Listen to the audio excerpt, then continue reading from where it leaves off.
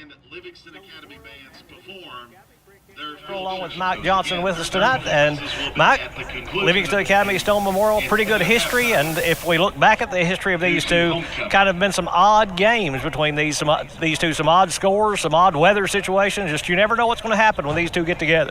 Yeah, Livingston Academy has played Stone Memorial every year that Stone has played varsity football since they started back in 2007.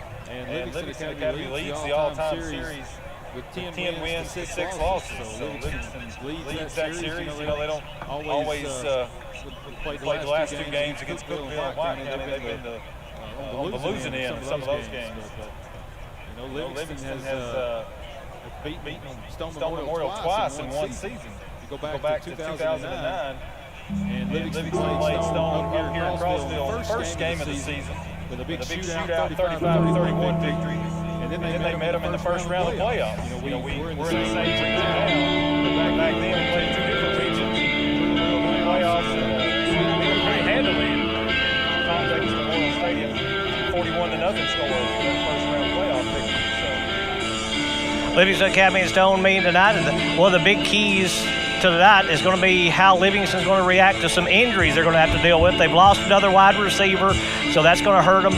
They've got some linemen kind of banged up, but it's just that's what they're battling right now, trying to get their first win of the season. The injuries is something that Coach Dale Flatt and his squad's got to overcome. Number 12. Yeah, injuries are always tough, especially when the starters, you know, the players. Number 51, Cameron Jackson. That gives them opportunity for some young guys to step up. For Austin Greenwood. Upper Cumberland tonight. They've been 3 games already played on Thursday night. Macon County first this season. Watertown lost at Westmoreland. They got beat 20-0. And Smith County, a team we don't play this year, but you know, one of the common rivalry games that we've always had. Smith County defeated Maplewood by a score of 39-0 last night. So 3 games Panthers have won that loss and have elected to defer. This week. Also, you got Cookville playing at Lebanon. York hosts Monterey. Cumberland County plays at Upperman. And Jackson County, a team that will play later on this season, is hosting Sale Creek tonight. From the north.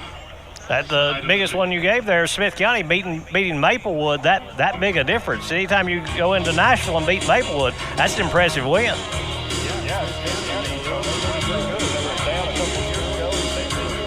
They right at the ship. They're on the way up. Livingston Academy in the road white, the blue numbers, the black football pants.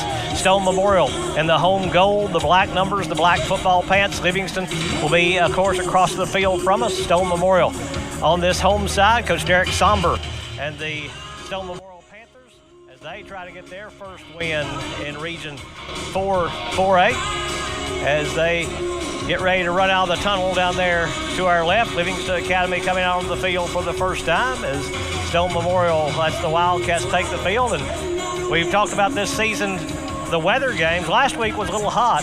Coming up here on the mountain, though, tonight, this one is another one that you couldn't ask for a better night for early season football for either of these teams.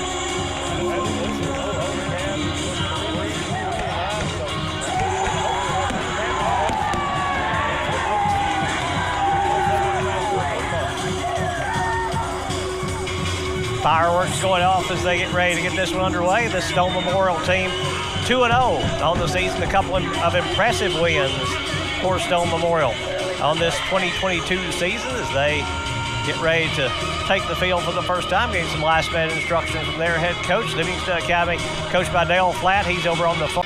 Will come out and they will kick the football away to get this one underway as the kicker for the Panthers going out there, number 28 for Stone. That is Jordan Collins. I think going to be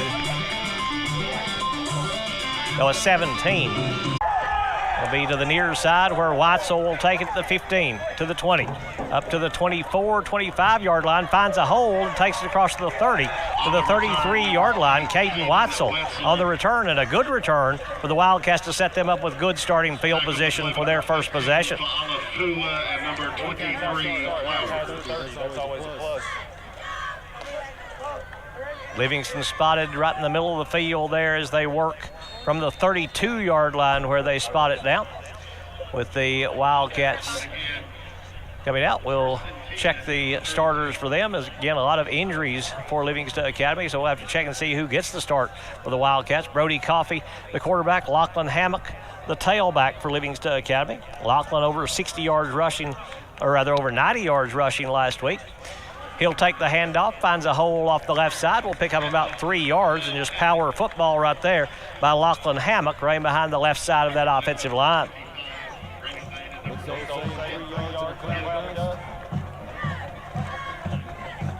Turn in. Livingston Academy facing a 2nd and 7 now on the 35-yard line, just beyond the 35-yard line. Point out wide to the left for Livingston is Jake Hughes, Caden Watzel in a slot to the left. Parrott coming wide to the right. Coffey will hand off. No, he will give to Hammock. Hammock going to be hit in the backfield. Fumble on the play, and it's going to be recovered by Stone Memorial. Ball came out. Stone Memorial with the recovery, number 25. That is Brady Lane with the recovery on the first turnover of the night, and Stone Memorial forces it, and they'll have possession inside Livingston Academy territory, taking over at the 36-yard line. Yeah, that's tough when defensive line get in the backfield. You don't get the handoff correctly and get the ball on the turf. And Stone Memorial with a chance to capitalize early. And this offense is very potent for Coach Somber. He has coached offense in a lot of places with a lot of good offenses, and we'll set them as we see them take the field here tonight at Stone Memorial. Leading the Panthers out. Looking to throw. They have a very small running back out there with him. Looks like number 25, Brady Lane, the junior. He's not big at all. He could get lost back behind those big offensive linemen. As Stone will roll out. They'll get the first pass completion of the night, and Livingston swarming defensively there to make the stop, as Jackson in there for the Wildcats, along with number 61 for Livingston Academy. Making the stop is over there making Bear Eldridge with the catch for the Panthers. He'll pick up a couple. Number 61 for Livingston Academy is Gage Hoffman on the stop, and a little hurry up now by Stone Memorial. Avalon from the shotgun, and he got Livingston Academy to jump. That's a good use of the cadence right there by Avalon. At third down, Livingston looking to blitz a quarterback there and just got a little too antsy. Cost him 5 yards. Bear Eldridge making the catch. Then a 5-yard penalty is going to move it down inside the 30 to the 28-yard line, where it's 3rd down and 3 for the Panthers, as they'll take the snap. Pressure coming. They pick up the blitz. They're going to go deep in the right corner of the end zone. Man is there, incomplete. Watzel out there on coverage, as he had the coverage on Caleb Flowers. It's not 25 in the backfield, it's 23.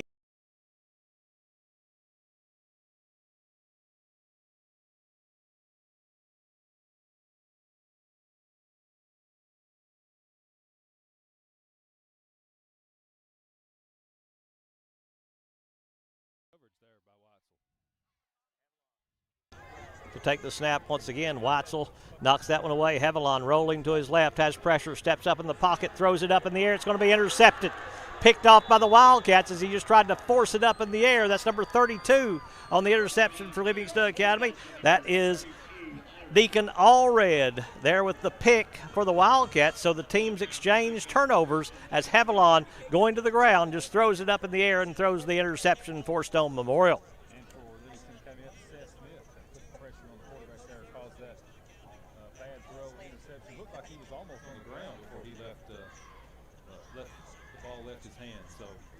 Kind of got a lucky break there. 10-14 to play in the first quarter. No score here in Crossville. Happy to have you with us here on Overton Events as Coffey sets them down. Stone shows blitz. Coffey takes the snap. Coffey going to throw over the middle, and the wide receiver Watzel is hit, but the throw is behind him, so no flag coming. Going to be incomplete. And set up a 2nd and 10 now for Livingston Academy. A little bit of defensive pressure there from Stone Memorial front line. Coffey had to get rid of it just a little too quickly, unable to find his wide receiver. Livingston Coming out of the huddle once again as Hughes goes to the left. Coming to the right, it's going to be Carson Parrott along with Watzel. Those two wide receivers work on the short side of the field against a four-man front by the Panthers. Coffee looking over that four-man front, takes the snap. Coffee has time, throws over the middle. Watzel is there. It's caught. Bounces off one tackler. Has a first down. Takes it down to the 49-yard line. Good gain on the play for Watzel. A pickup of about 19 on his first catch. First completion of the night for Coffee and first down of the night for the Wildcats. You know, we talked about injuries earlier, and we've lost a couple of wide receivers. Watzel's really done a really good job of stepping up and making some big plays for the Wildcats. Yeah, Livingston lost two. Will Brown in week 1, Josh Ramsey last week. Hopefully they might be able to return before the season's over, but Watzel has come out and shine for Livingston at the receiver position. Coffee now will take the snap. Four-man rush. Coffee rolling to his left, has pressure behind him. It's picked up. Coffee throws on the move, got a man complete on the far side. It's going to be close to another first down, as that is Parrott over there making the catch for Livingston Academy. He'll gain 10, and it should be another first down for the Wildcats. Yeah, Parrott did a good job of coming back to his quarterback there, making himself big, and they picked up the first down. Officials taking a long look at it, but it looks like it should be a first down here for the Wildcats. Parrott hit the yard marker as he went out of bounds. You would expect that to be a first down. They laid the. He may have broke the yard marker. They've got. Yeah, that may be what the issue is over there.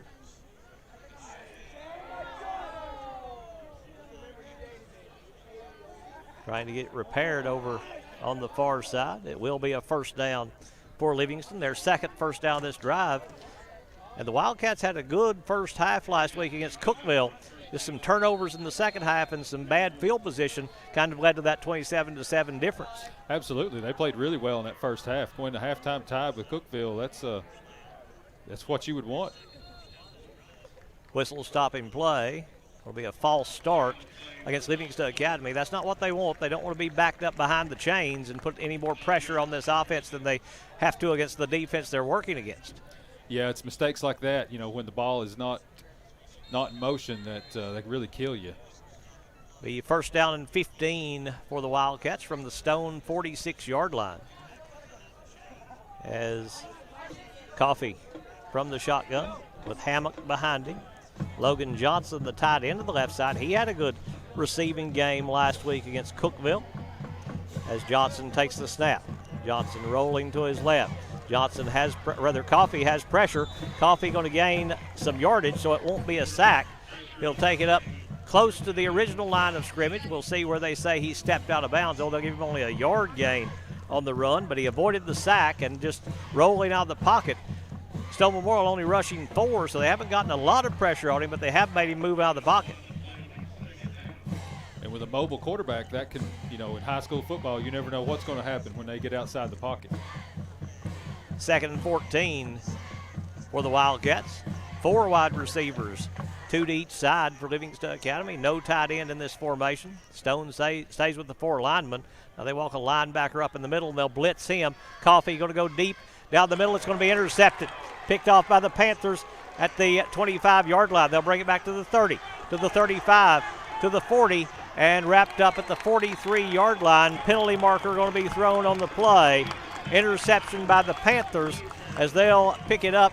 Number 1 on the interception, Braden Looper there for Stone Memorial to get the interception. Second turnover of the first half by Livingston, and then that penalty is going to tack on 15 more yards to the Panthers, I believe.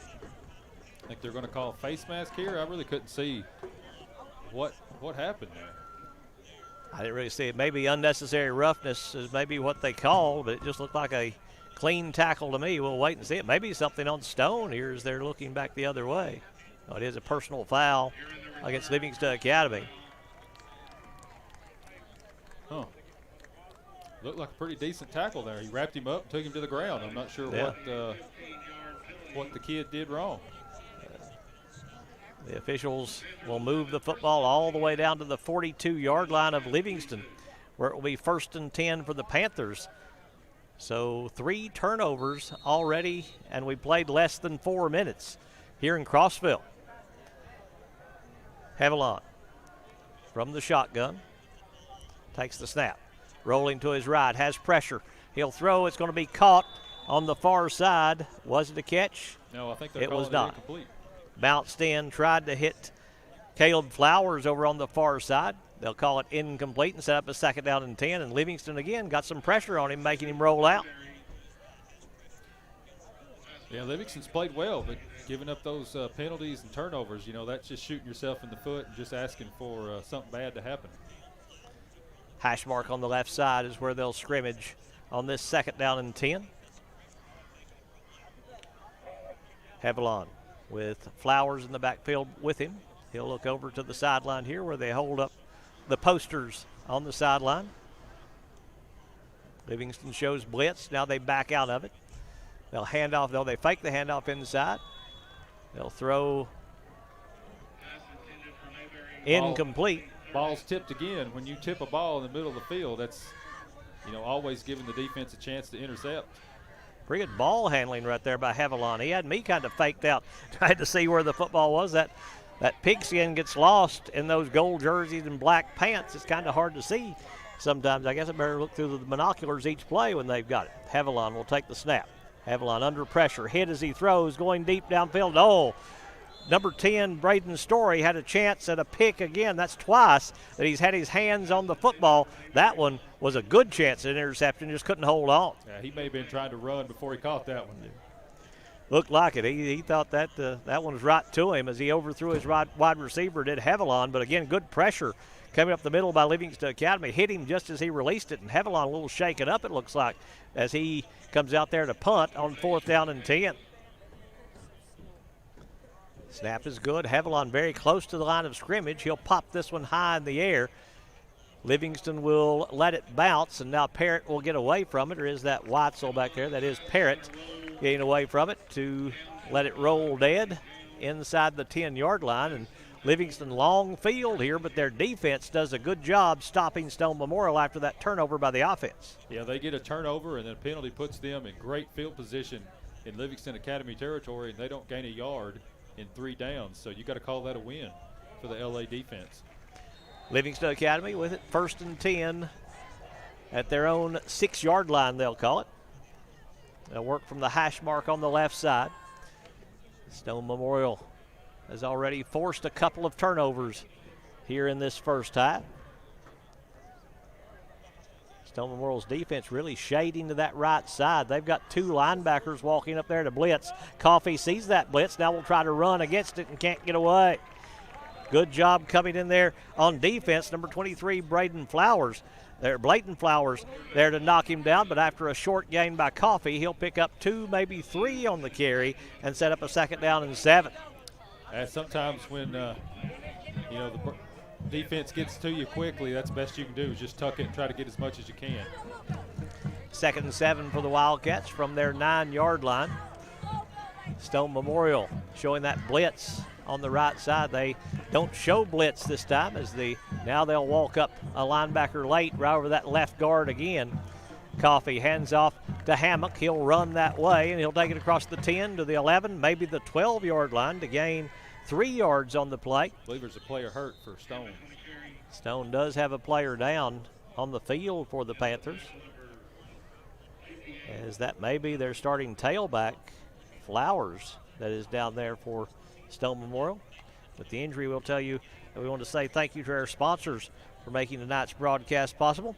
Livingston Family Healthcare, Lucky Red Stables, Oakley Equipment Rental, Willow Grove Marina, Livingston Regional Hospital, Wascott Incorporated, Puckett's Family Dentistry, Overton County News, R&M Family Pharmacy, E.B. Gray Jewelry, First Church, Farmers Insurance, Rick Savage, Hall Funeral Home, Maynard's Automotive, Livingston Dairy Queen, W&O Construction Company, Bullseye Security, Exit Realty, Midstate Construction, and Physical Medicine Center of the Cumberlands, our sponsors making tonight's broadcast possible here on Overton Events. We thank them, and we thank everyone that subscribes to our channel here on Overton Events. We invite you to go to YouTube, just click the subscribe button. It's very easy to do, and that will help us grow our channel as we try to continue to bring you these live sporting events and other events here on Overton Events. As we'll be this beginning in September, we'll be carrying the city council meetings, we'll be carrying the county commission meetings, the school board meetings as well here on Overton Events. So just some of the other things that we're adding here to our channel, and we hope that is really something that you want to see, is those government meetings, always something that impacts everyone inside Overton County. And that was 23 Flowers, was it not, Mike, as they helped, as he was able to walk off, so that's a good sign. Handoff goes to Hammock, running off the right side this time, and he is going to be stopped right at the line of scrimmage. Might have picked up a half a yard on the play, but now it's a 4th down, the punting situation for the Wildcats. Yeah, Livingston backed up deep in their own end zone, played conservatively there. You don't want to, you already had 2 turnovers in the game. Don't want to turn it over inside your own 10-yard line. Livingston sends the punt team on as Adrian Jenkins will come out to punt for the Wildcats, as he will kick it from inside the 10. Snap is good. The punt is away. Line drive punt. Going to take a Livingston roll and a good Livingston kick up across the 40 to the 44-yard line. But Stone Memorial's defense did their job after they got the punt inside the 10. They didn't give up much, and they get the football at the Livingston 44-yard line to start this drive.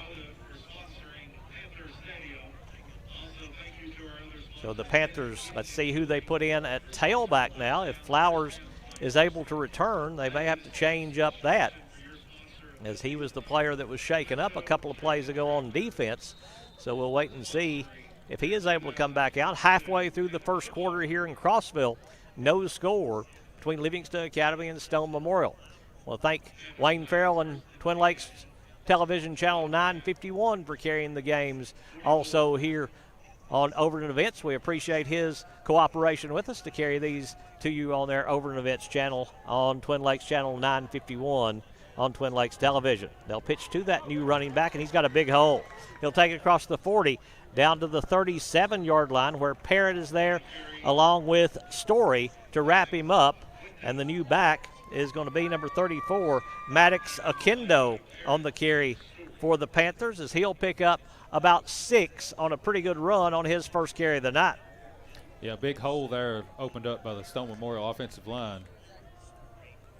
2nd down and 4 for the Panthers. End around to Eldridge. Eldridge able to slip a tackle in the backfield, cuts it back inside, has a 1st down, breaks another tackle over on the far sideline, and will take it for a good gain, as he'll take that one down to the 34-yard line. Pickup of 9 on the play for Bear Eldridge, and a 1st down for the Panthers, and that's their first down of the night, as they pick it up with 5:12 to play in the first half. Haviland pitches over to Akendo. Akendo running through tackles, finally going to be wrapped up. That Story in there, along with a linebacker there, as that is going to be Lachlan Hammock there to help out on the tackle on Akendo, but a gain of about 8 for Akendo. Stone seems to have made an adjustment, and they're trying to get the ball out wide the last 2 or 3 attempts here. 2nd down to long 2 for the Panthers inside Livingston territory. Haviland rolling to his right. Haviland has pressure. He'll roll away from it, throwing deep in the end zone. Got a man, but it's overthrown and incomplete. He was out of the end zone, as pressure by the Wildcats, number 61, coming in there for Livingston. That is Gage Hoffman. That was right in the face of Haviland, made him throw it higher than he wanted to, and good coverage down there by Livingston. Yeah, sometimes being that close can kind of be detrimental there. You know, had the guy open, but just run out of real estate. So it brings up a 3rd down and long 2 for the Panthers now. Haviland against a 4-man front for Livingston. Wildcats walking up. A blitzing linebacker. Haviland looks over to the near sideline to get the play call, as that is very tough on a defense. You get up there and you have to get in your defensive stance and get ready like they're going to snap it, and all of a sudden they just look back to the sideline. Haviland, little lob pass in the end zone. Man is there, broke it up, knocked away by Carson Parrott. Tried to hit Eldridge, but Parrott got his hand right between the receiver's hands and knocked it away to force the incompletion. Yeah, the Stone Memorial receiver had body position. He was in front. You thought that was going to be a touchdown, but excellent job there by Carson Parrott getting in there to knock that ball away. Had been a Cookville official last week, they might have called pass interference. Yeah, that I was still don't a understand questionable at best call. 4th down now for the Panthers offense. Haviland again looks for the play call, and they're going to take a timeout to talk about it. We'll take this timeout with them. 4:21 to play in the first quarter. No score between Livingston Academy and Stone Memorial. Close to home. Livingston Regional Hospital. Protecting the newest Overton County residents. Livingston Regional, named one of the state's best award winners for its work at reducing infant mortality. The BEST Award focuses on the importance of breastfeeding, early elective delivery reduction, and safe sleep for Tennessee babies. Quality care close to home. Livingston Regional Hospital.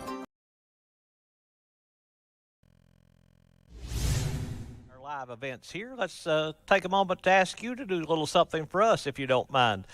We would love to have you subscribe to our YouTube page. Just click on the YouTube icon at the lower right-hand corner. Once you click on that, that will pull up the YouTube page, and it will pull up a subscribe button. It will be red. Just click that subscribe button. Won't cost you anything to subscribe. Never will cost you anything to subscribe. That's just a vote of confidence, vote of support for our page to help us continue to grow and to help us continue to be able to bring you these live streams.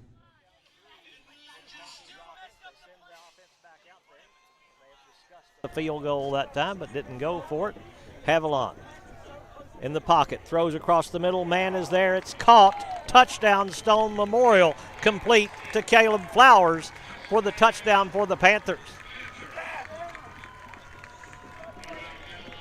Instant replay on that one would be nice to see if his knee was down before he crossed the goal line as he kind of slid into the end zone, it looked like there. It was very close on the diving effort. What was that, 17 yards for the touchdown? Yes, sir.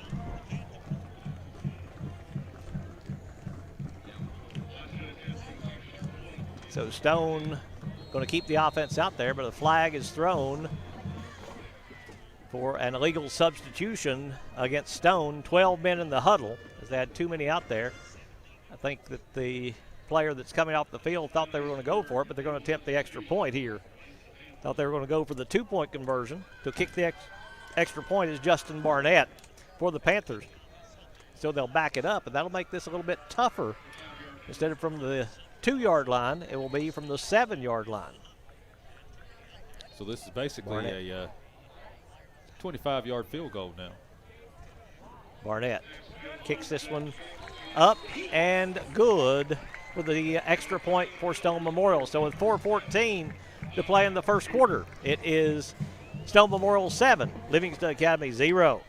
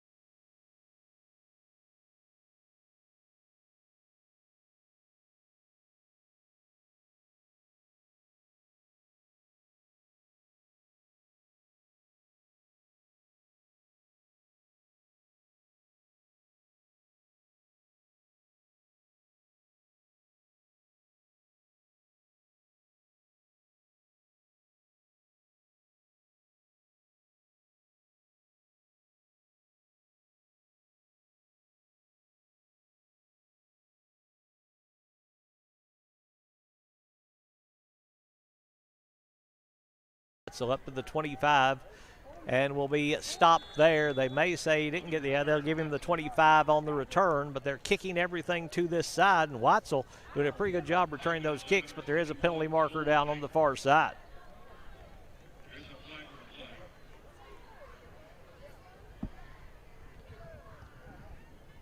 Stone Memorial got a player cramping up. It's going to be a face mask against Stone, so we'll see what the step-off will be. If it's the personal foul variety or the 5-yard variety, it will be 15 yards, so they'll take it from the 24 up to the 39, call it the 40, where they spot it down. So penalty helps Livingston this time after Stone was helped on an earlier drive with a penalty. The Wildcats get 15 yards tacked onto their yardage. Yeah, Livingston could use an answer right here. They need to, move the ball, get some first downs, and hopefully punch it into the end zone.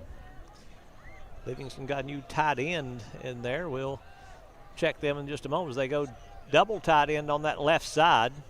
Coffee will hand off to Hammock, trying to run that way. Stone Memorial able to get good penetration, though, and come in and make the stop after a short gain by Hammock, as the tackle made by the Panthers over there making the stop is number 58.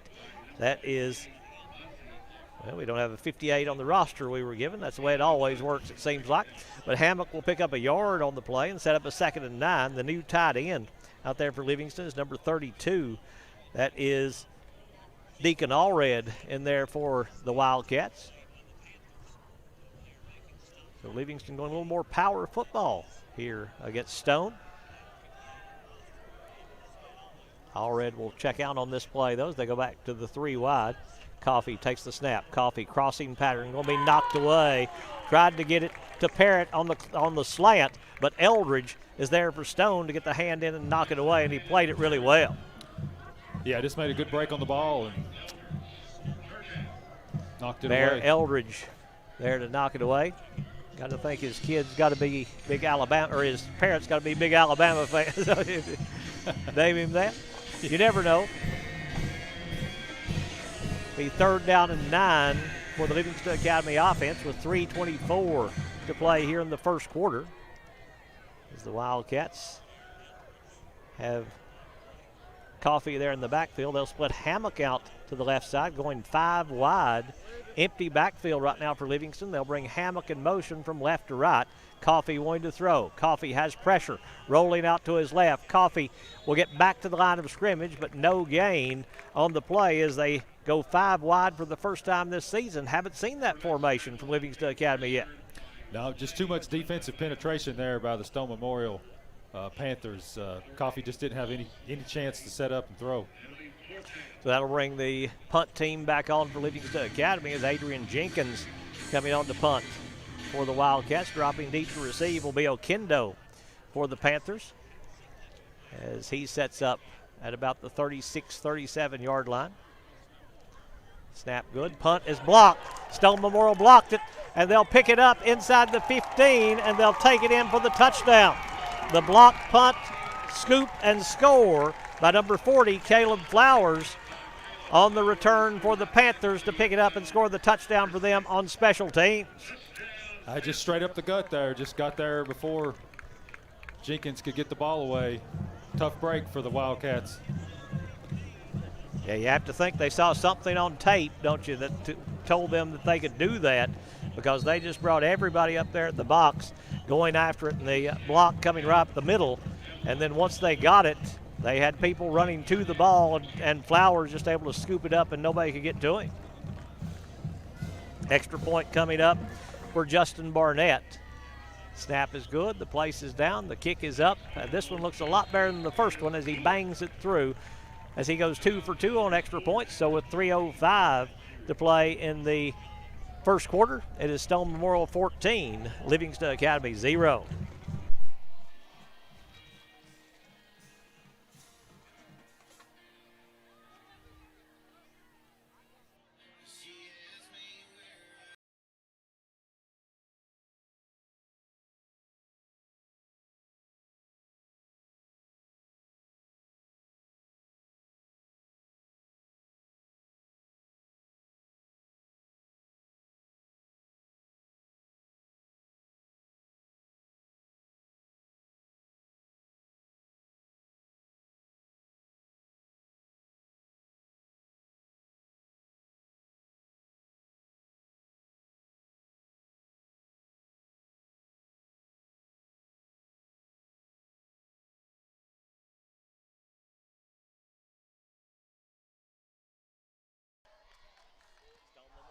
An onside kick by the Panthers. It'll bounce at the 40 and roll inside the 40. And who got to it? Logan Johnson there to fall on it for the Wildcats. So Stone Memorial getting the blocked punt for the touchdown. They go for the throat. That's a Danny McCoy play right there, isn't it? When you get them down, go for the throat. And that's what Stone Memorial tried to do, but Logan Johnson got the recovery for Livingston.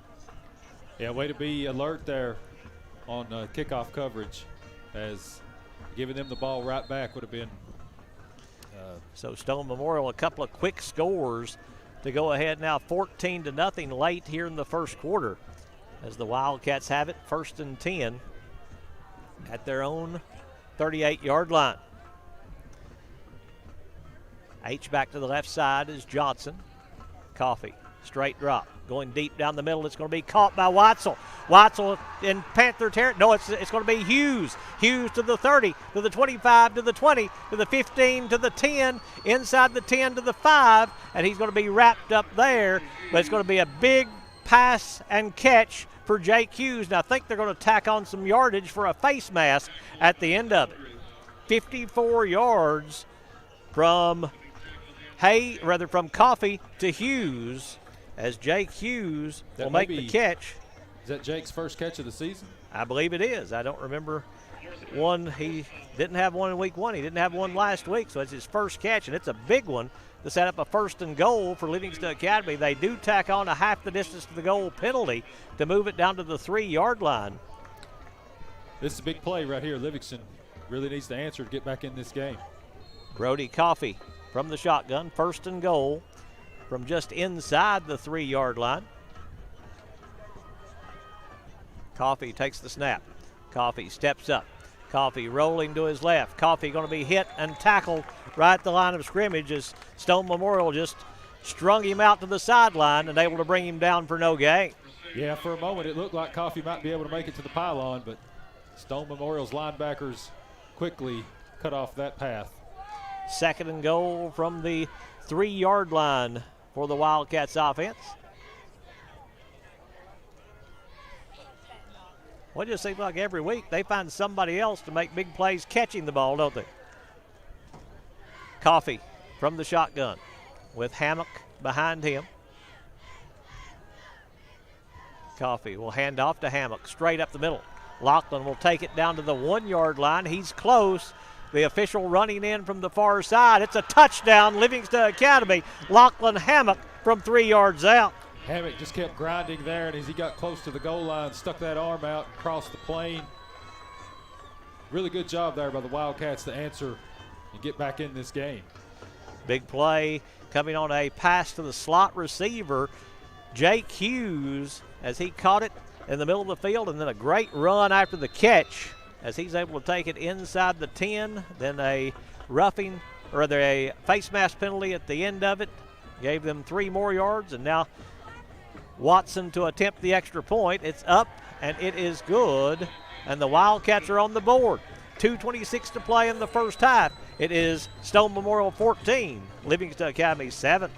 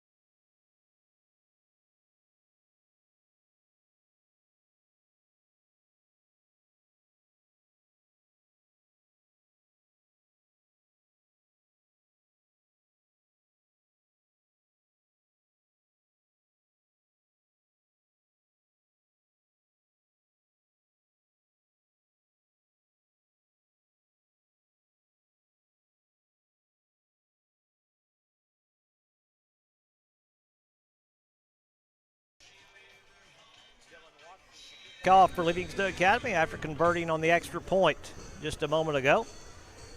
Livingston a big answer drive after falling behind 14-0 after 2 quick scores by the Panthers. The Wildcats bounce back with a touchdown of their own to cut the lead in half, and now Watson will boom this one downfield.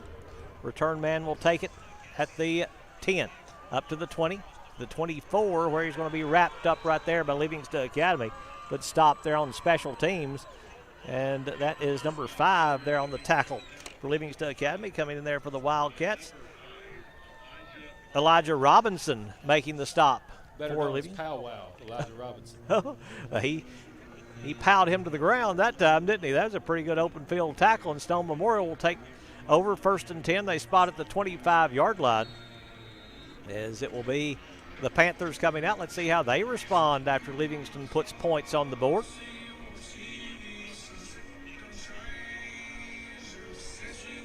Haviland from the shotgun. Okendo is still out there at tailback. They'll throw far side.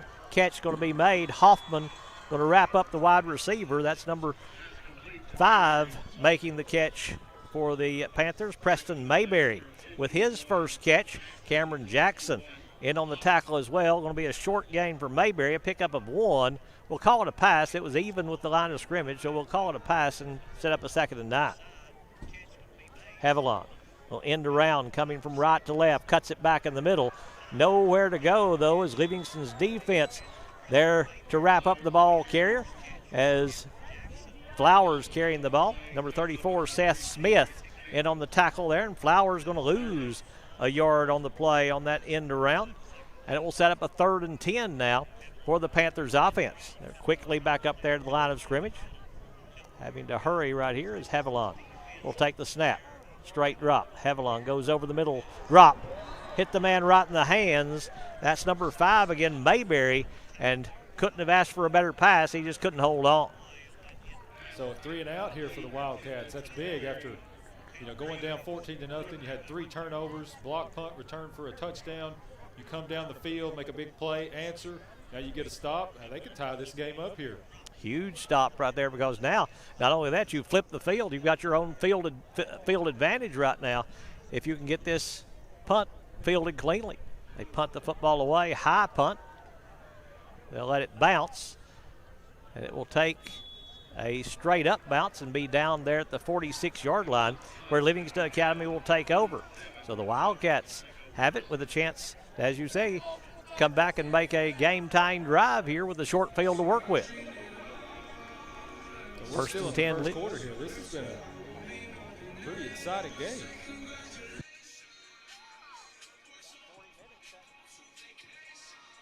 $10 for the Wildcats offense from their own 47. Trailing 14-7 here in Crossville. Happy to have you with us here on Overton Events and on Twin Lakes Channel 951 on this beautiful Friday night from Crossville up here on the mountain. Little breeze coming from the back of the Wildcats. Coffee going to go deep again, trying to hit Weitzel. That one's knocked away.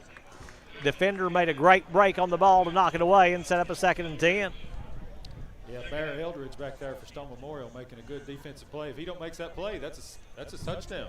Yeah, good throw. Good throw. Eldridge just they're playing 2 deep safeties right now, and he was able to get there and just knock it away. Incompletion sets up a 2nd and 10 for the Wildcats from their own 47, as Livingston dressed in the white jerseys, the blue numbers, the black trim, the black football pants with the blue stripe down the outside of the leg. Coffee, about 4 yards behind center, takes the snap. Coffee under pressure. Coffee in trouble. He's going to be sacked. Number 21, Cole Dayton, there to make the sack on Coffee and take him all the way back to the 36-yard line. A loss of 11 on the play, on a big defensive play by Stone Memorial. I'm not sure if Livingston's trying to set up the screen on that play or not, but they just, the whole house came for Stone Memorial. Yeah, just a huge blitz there by the Panthers. They're able to get the sack, and a long loss of 11 to set up a 3rd and 21 behind the chains. That's what we said. Livingston doesn't want to put themselves behind the chains.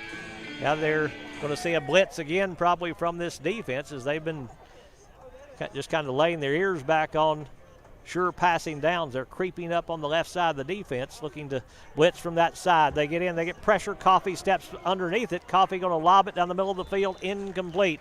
Tried to hit a receiver on the crossing pattern. Good job avoiding that rush, but you knew the blitz was coming from somewhere. This time it came from the outside. Yeah, stepped up, just didn't have time to set his feet there and make a good pass. His receiver was open, just overthrew it. 3 seconds to play in the first quarter. Jenkins coming out to punt it away as he'll get ready to punt for the Wildcats. Deep to receive, Caleb Flowers for Stone Memorial. Punt is away. Flowers lets it bounce. Penalty marker down on the play back at the 25. I think they may have blown the play dead the way that the teams were reacting on that one.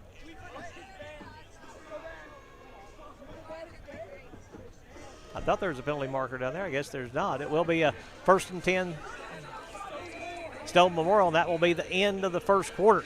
After one complete, it is Stone Memorial 14, Livingston Academy 7. Close to home, Livingston Regional Hospital. Protecting the newest Overton County residents. Livingston Regional, named one of the state's best award winners for its work at reducing infant mortality. The Best Award focuses on the importance of breastfeeding, early elective delivery reduction, and safe sleep for Tennessee babies. Quality care, close to home, Livingston Regional Hospital.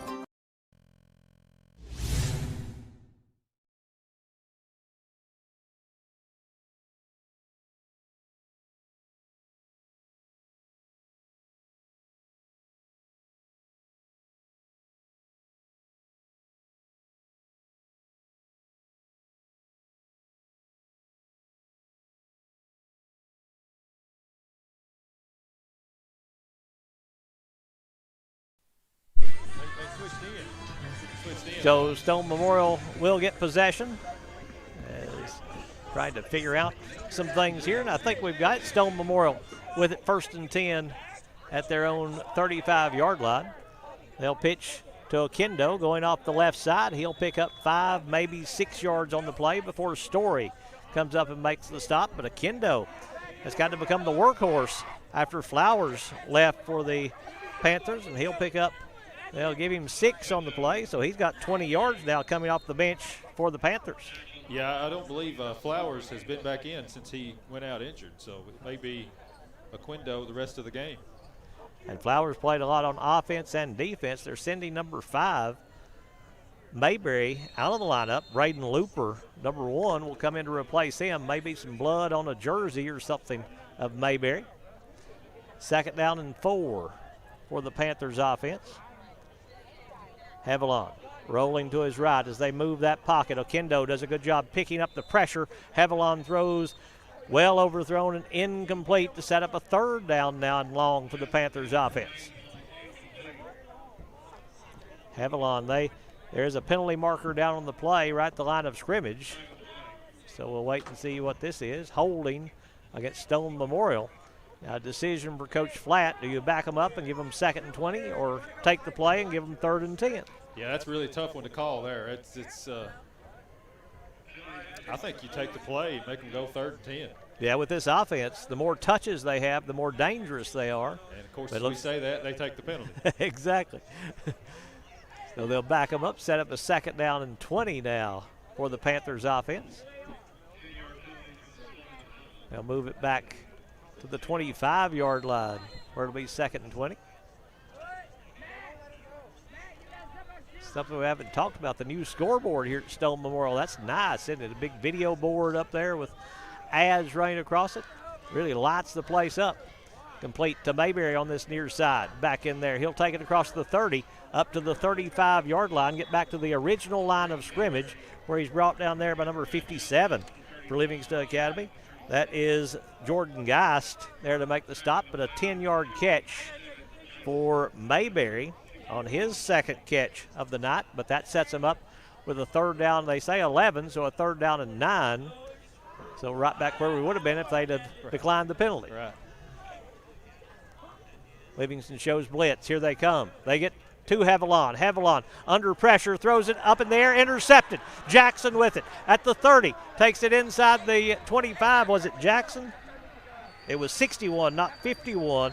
That is Gage Hoffman on the pick. Some fans there standing in front of me. I could only see the one, but Kaufman with the interception to get the second turnover of the half for Stone Memorial. And now Livingston with a chance to tie it up. Now a penalty marker going to be thrown on the sideline. Personal foul, blow to the head against Livingston. Targeting called against the Wildcats. So that's the second time tonight that the Stone Memorial quarterback has been in the grasp of a Livingston defender and just, thrown it up for grabs. So that must have been somebody coming in trying to block for Hoffman after he gets his first interception as a Wildcat. That'll be 1st and 10 Livingston at the Stone 35-yard line. Still excellent field position here for the Wildcats. Another big play by this defense. If you look at the numbers that Stone has been putting up, Livingston doing a pretty good job against this offense, holding them to 14 here early in the second quarter. Coffee with Hughes going wide to the right. 3 wide receivers coming wide to the left. Hammock just a couple of yards behind Coffee. They'll fake the handoff. Coffee, straight run all the way. Coffee tries to bounce it outside but can't get away, as that is Flowers back in there, number 23 that left earlier. Blatant Flowers there to make the stop on Coffee for a loss of a couple on the play. Yeah, Coffee pulled that out of Hammock there and just tried to keep it himself, but unable to shake the first man and lost a couple of yards. 2nd and 12 now for the Wildcats offense as they scrimmage from the hash mark on the right side, working from the 37-yard line. We're at 2nd and 12.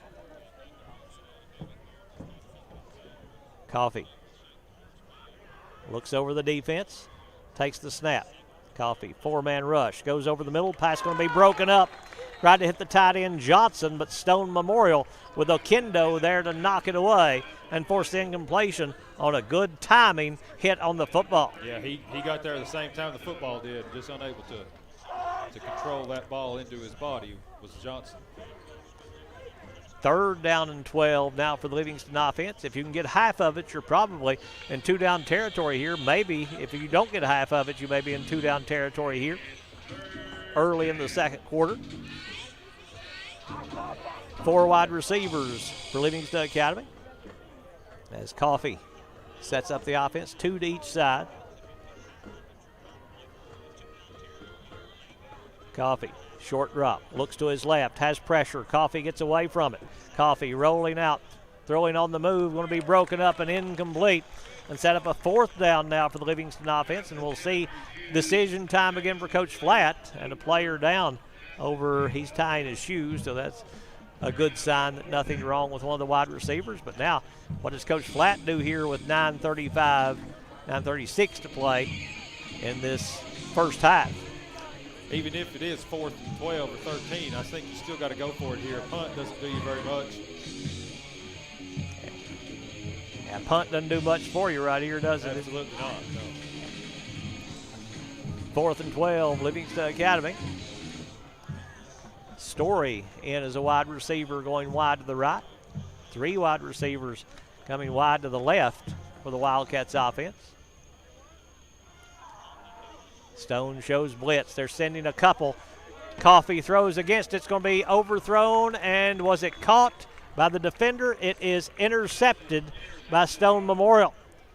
Picked off by the Panthers, as that is Bear Eldridge on the interception for the Wildcats. 3rd turnover in this first half. 2nd interception thrown by Livingston Academy.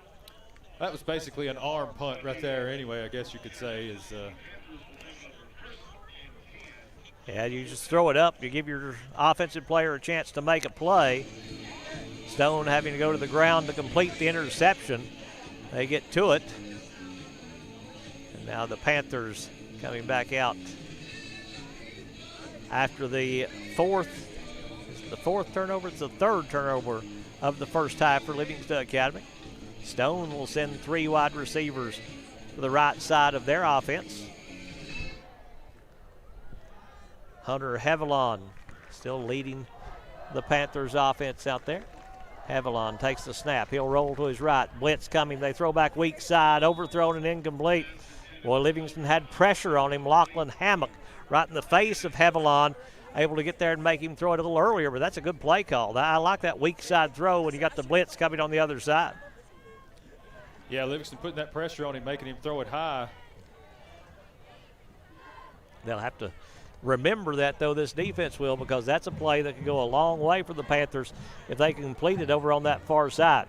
2nd and 10 for Stone. Hevelon, play action. He'll throw underneath to Mayberry. Mayberry up near the 20-yard line, brought down to 19. Going to be a gain of about 6 from Hevelon to Mayberry, but short of the first down. A good open field tackle there by Brody Coffey to keep him from picking up that first down. Coffey pretty aggressive on that defensive side as well. For the Wildcats, it's going to be a 3rd and 4 now for Stone from their own 20-yard line. Hevelon from the shotgun. That center moves a lot before he snaps the football, but the football doesn't move, so the officials giving a little leeway there. Snap will go to Hevelon. Hevelon, time in the pocket this time. He's got his man. It's caught, and it is going to be a first down for Stone. That's Coffey again making the tackle on number 1, Looper. But it will be a gain of 10, maybe 11 on the play, and a first down for the Panthers. It's only their 2nd first down of this first half. They've got 14 points on the board, but 2 first downs in the first half for Stone Memorial. Yeah, turnovers. Turnovers will cause that. 1st and 10 at their own 31. 8 minutes to play here in the first half. Stone leading 14-7 here in Crossville. Empty backfield. Wildcat going to be run by Okendo, rather by Flowers in there. Flowers gets a first down on the far side. He's still on his feet to midfield. Flowers to the 45, to the 40, to the 35, to the 30, to the 20, to the 15, to the 10, to the 5. Caleb Flowers going 68 yards for the touchdown for Stone Memorial. That's a huge run, bring him in on the Wildcat. Yeah, had several chances to wrap him up there, but slippery, fast little, I guess, running back there on that play, just able to weave his way through the defense and go all the way to the house.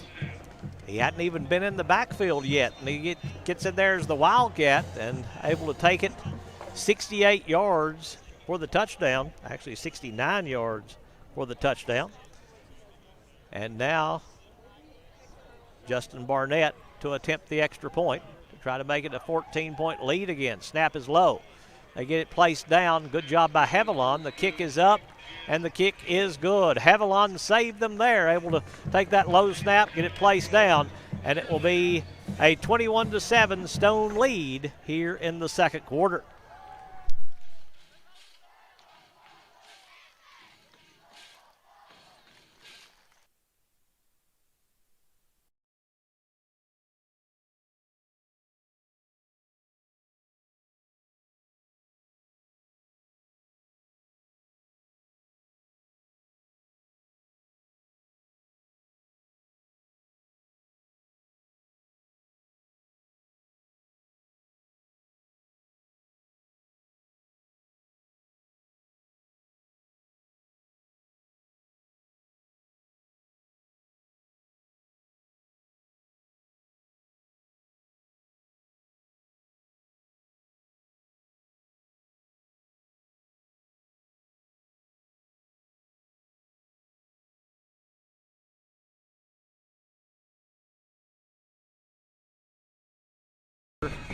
After the touchdown, as Justin Barnett to kick for the Panthers. They come back with a big run on a Wildcat by Stone. And the officials, I don't think, were ready for the kick here. They stop play before Barnett can put toe to leather. Livingston a little late getting a couple of people out there as they hustle a couple of players on.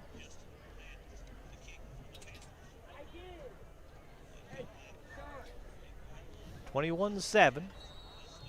Livingston stays on the road next week as Barnett will kick this one short.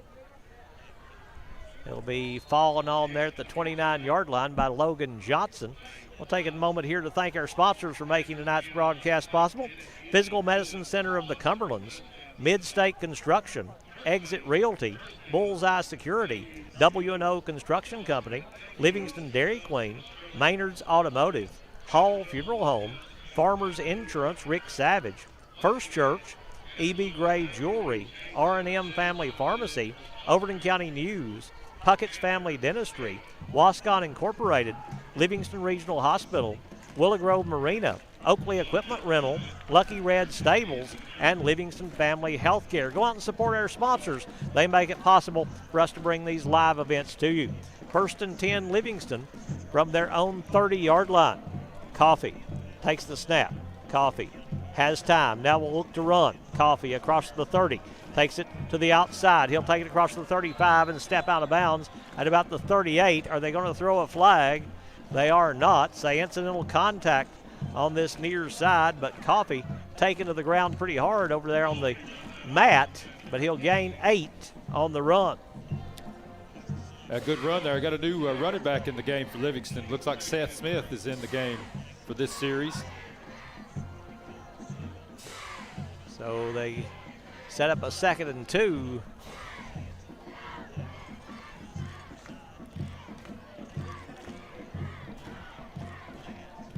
As Smith has replaced Hammock in the backfield for the Wildcats. Coffee. The tight end to the left side. Coffee has pressure. Coffee in trouble. He's going to go down at the 35. Sacked by the Panthers as they'll tackle him for a loss of 3 in the backfield. Stone just got too much penetration on that play. Coffee unable to avoid him. And I think that's just a coverage sack. They did it with 4 men that time, dropped 7 into coverage, and that there was just nowhere to go, was there? No. 3rd down and 5 for the Wildcats offense from their own 35-yard line.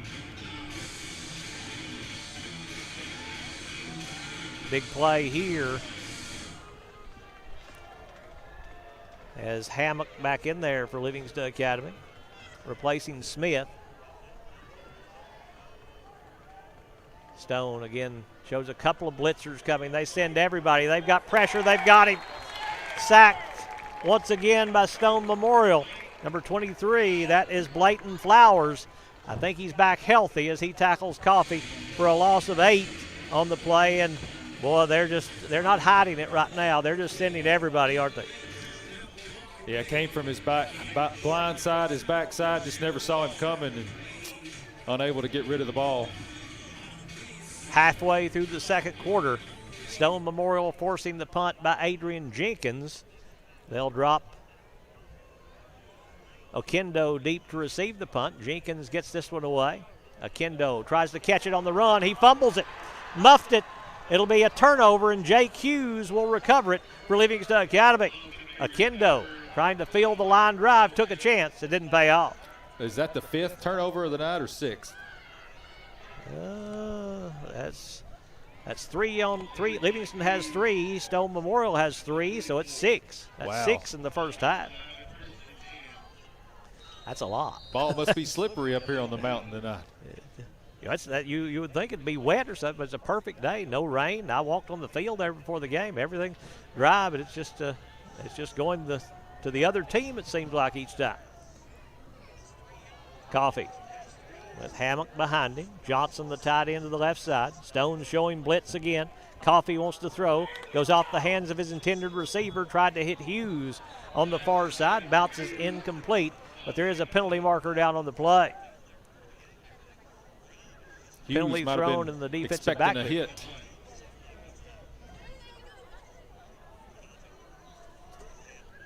Will be pass interference against Stone, so that'll carry a first down.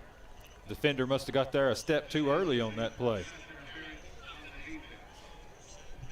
Sometimes it's a little limited looking through the binoculars. You can't see as wide of a field of vision. I didn't see the contact, but the official right there to call it. First down number 3 in the first half for Livingston Academy as this moves them inside Stone territory down to the 41. 5.5 to play here in the second quarter.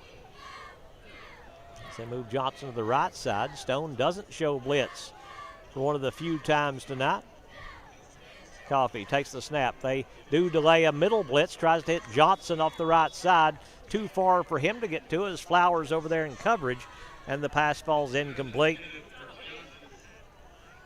Tried to hit the tight end, and the incompletion going to set up a 2nd and 10 now for the Wildcats. They're just outside the Stone 40, so with this 14-point lead for Stone, you're thinking 3 downs here for Livingston Academy. Yeah, it'd be good if Wildcats could drive this ball down the field, run the clock out, punch it in, and keep Stone off the field, their offense off the field. Coffee hands off inside Hammock. Hammock across the 40 down to the 37-yard line. Just a straight dive by the tailback that time, and sometimes that's hard to find a hole when you don't have a fullback, and he is able to do so and pick up about 4 yards. But that can be one way to slow down a blitz, is run the ball right at him. 3rd down and 6 now for the Wildcat offense.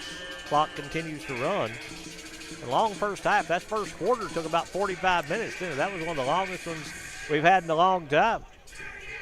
Usually when we have those, it's about 12 degrees. That's why when they drag it out. So Coffee takes the snap, hands off Hammock straight up the middle, and he's going to be stood up. Good job by those linebackers there. The leading the one making the tackle is number 56, Deacon Disney, and he'll tackle Hammock for a loss of a yard on the play. Yeah, I think Livingston was in 4-down territory there. They was probably just looking to get 2 or 3 yards on that play and make it a more manageable 4th down. 4th and 6 for the Wildcats offense. 4:15 to play in the first half. Livingston sends 2 wide receivers to the far side of the field, 1 wide receiver to the right. That's Jake Hughes. He's gotten free for a big catch in this first half. Coffee takes the snap. Coffee rolling out. May be able to run for the first down. Coffee cuts it back inside. They're going to stop him just short. He's going to be a couple of yards short. That's good closing speed by the Stone Memorial defense. Looked like he might be able to get to the edge, but that was blatant. Flowers just closing in on him and able to get the angle. And when you got that angle and got pretty good speed, it's just hard to overcome. Yeah. Wildcats, another turnover on downs there, but their defense has played well really in the game. It really has. 1st and 10 Stone, 3:51 to play. Still plenty of time for the Panthers. They have used a timeout in the first half, so they have 2 remaining. They'll come out onto the field on offense here. Got a lineman late getting out there. It's the center. I think they'll need him. It's Haviland from the shotgun once again. Haviland takes the snap a little bit to his right. Haviland has time, throwing down the middle, got a man. Diving catch made by the Panthers up at the 43-yard line, as it will be a catch by Mayberry for Stone, a pickup of 15 on the play. Just got loose over the middle of the field, and if he hadn't had to dive for that ball, he could have still been running. 1st down and 10 Panthers from their own 47-yard line. Haviland throwing deep downfield. He's got a man. It's caught at the 20, to the 15, to the 10, to the 5. Touchdown. That's Caleb Flowers, 52 yards. He ran one in from 69. Now he catches one from 52 for the touchdown. That's his 3rd touchdown of the night. Flowers got a step on the defender there. And give credit to Stone Memorial. Hit him in stride, and all he had to do was just run into the end zone.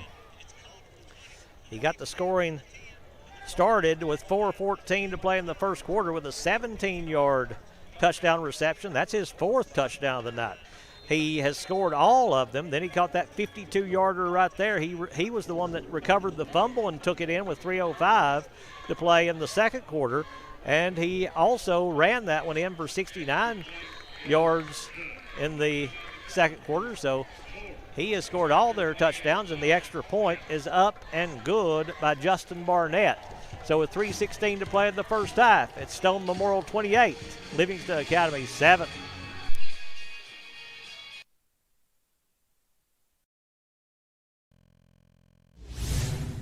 Close to home, Livingston Regional Hospital. Protecting the newest Overton County residents. Livingston Regional, named one of the state's best award winners for its work at reducing infant mortality.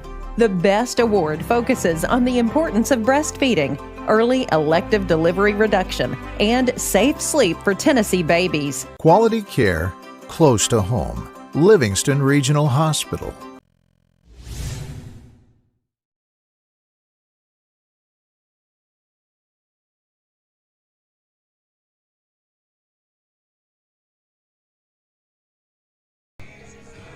Justin Barnett to kick off.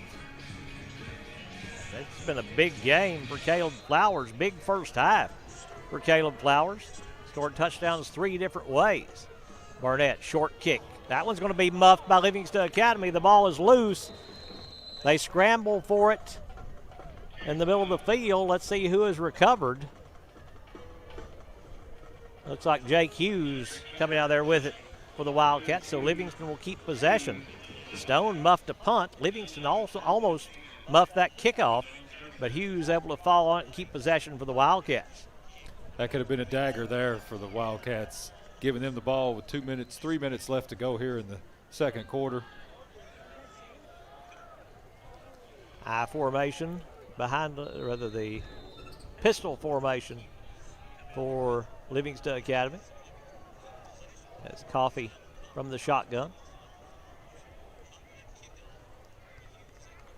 Takes the snap. Coffee, pressure. Coffee in trouble. He's sacked. That's Flowers again. Number 23, that's Blayton Flowers coming in on the blitz from the outside to get the sack, and Coffee's going to lose 7 on the play as Flowers came in untouched from this near side. Yeah, Coffee just never saw him, wasn't looking that way, and luckily held on to the football. So don't know if they're related, but the Flowers kids have had a couple of big nights. Blayton Flowers and Caleb Flowers making some impact plays for Stone Memorial. Hammock in the backfield, 2:24 to play in the first half. Stone still has 2 timeouts. Coffee takes the snap, in trouble. Coffee throws on the move. It's going to be caught on the far side for a short gain. Catch made over there by Hammock. Here's going to be no gain really on the play. They'll spot him down. So 3rd down and 17. Clock stopped as he went out of bounds. So they didn't have to use the timeout. They still have 2, does Stone Memorial. Coffee, straight drop. They set up the screen in the middle. Hammock's got it. Hammock to the original line of scrimmage, but stopped short of the first down as he'll take it up to the 42, maybe the 43-yard line. It's going to be a 4th down and 5 now for Livingston Academy after a pickup of 12 on the reception by Lachlan Hammock. And Stone will use the timeout here with 1:56 to play. They have 1 remaining to use after they'll get possession back after forcing this punt by Livingston Academy.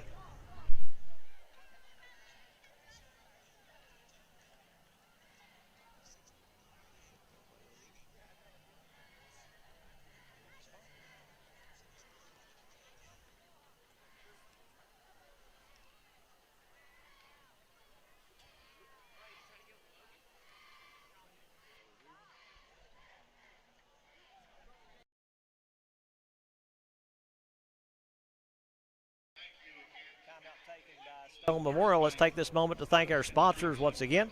R&M Family Pharmacy, E.B. Gray Jewelry, First Church, Farmers Insurance, Rick Savage, Hall Funeral Home, Maynard's Automotive, Livingston Dairy Queen, W&O Construction, Bullseye Security, Exit Realty, Midstate Construction, Physical Medicine Center of the Cumberlands, Livingston Family Healthcare, Lucky Red Stables, Oakley Equipment Rental, Willow Grove Marina, Livingston Regional Hospital, Wascon Incorporated, Puckett's Family Dentistry, and Overton County News. Adrian Jenkins on the punt for the Wildcats. Oh, they're keeping the offense out there. Wildcats going to go for it here on 4th and 5. Or are they just going to try to draw Stone off sides? Coffee looking over to Coach Flatt. Not sure they're going to snap it here. Is Coffee back up there, and a penalty going to be thrown by the back judge. That should be delay of game. And it will be delay against Livingston, so it looks like they may have just been trying to draw them off sides. You never know. Might get one of those eager offensive or defensive linemen to jump, get you a first down on that play. As aggressive as Stone is, they are very attacking on this defense, so it's a good possibility. And it would have been enough for a first down had they got them to jump, but they didn't. And now Jenkins will come out to punt. Low snap. Jenkins gets it away this time. I don't know how. It's going to be a short punt. We'll roll to the 40, where it's going to be touchdown there. And the Panthers will have it 1st and 10 at their own 40. A minute 45 to play in the first half. One timeout for this Stone offense, and they have shown that they can make the big play here in this first half. Stone huddled over here around Coach Derek Somber as they take over. They say it went down to the 38-yard line. So 1st and 10 at their own 38. 28-7. Stone in front with a minute 45 to play in the first half here in Crossville. Started to say a moment ago that Livingston will be on the road again next week, traveling up to their arch rival York Institute up in Jamestown. Join us for the video here on Overton Events. Throw out the records when those two teams play. Exactly. Snap to Haviland. Haviland to Mayberry at the 35. Mayberry up to the 40, up to the 45, trying to shake free. Can't do so as he'll be wrapped up there at the 45-yard line. And now the clock will run. Officials stop play as Jake Hughes cramping up for Livingston Academy. And there's a penalty marker down on the play as well. It'll be a gain of 6 on the catch by Mayberry if it stands. It's holding against Stone, so that'll back them up.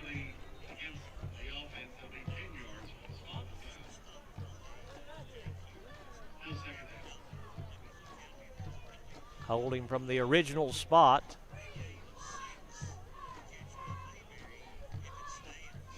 Well, now you play a little prevent defense and try to get into halftime with the same score. 1:33 to play in the first half now. It'll be 1st and 20 now for the Panthers offense.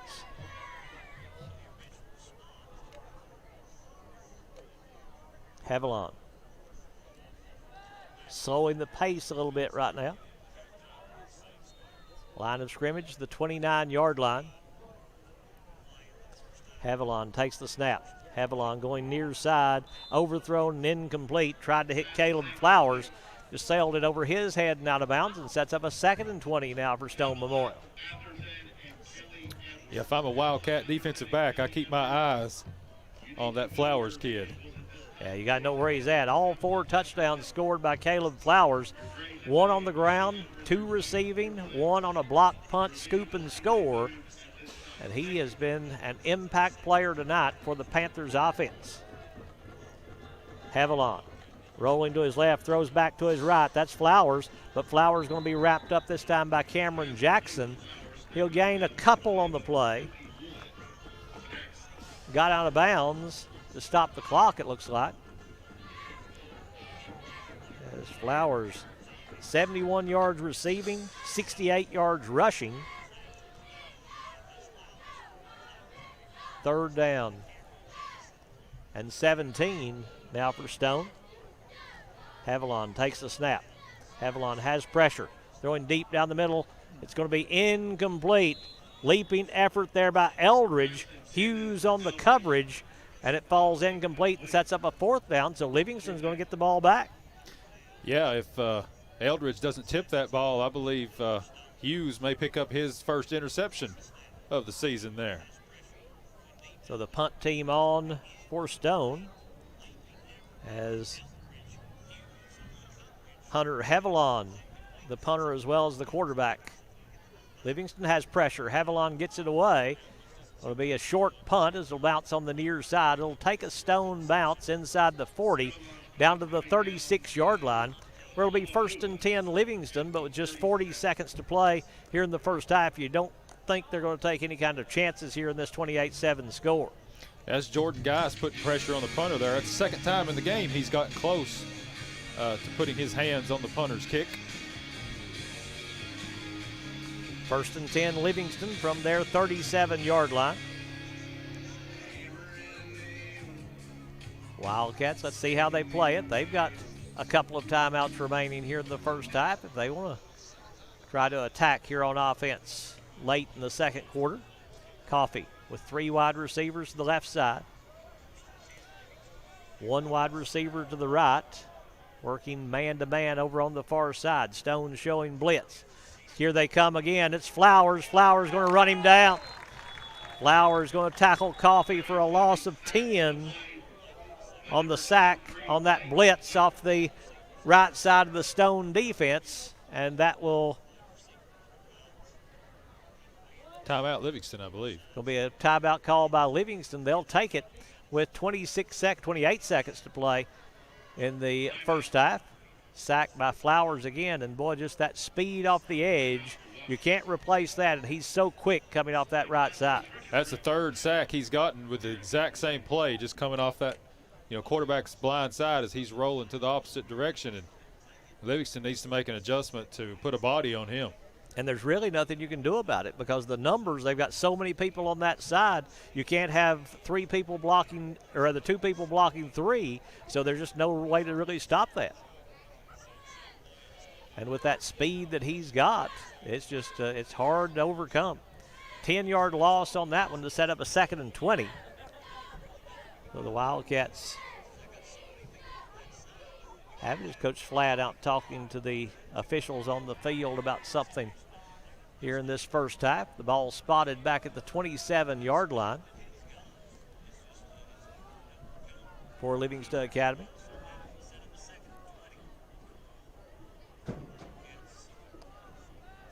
Waiting for play to be signaled in.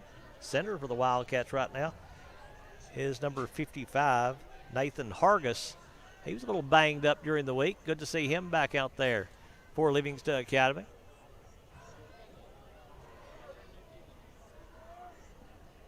Must be put some time back on the clock. Yeah, That's what it is. They put 4 seconds. 4 seconds back on the clock to 32 seconds.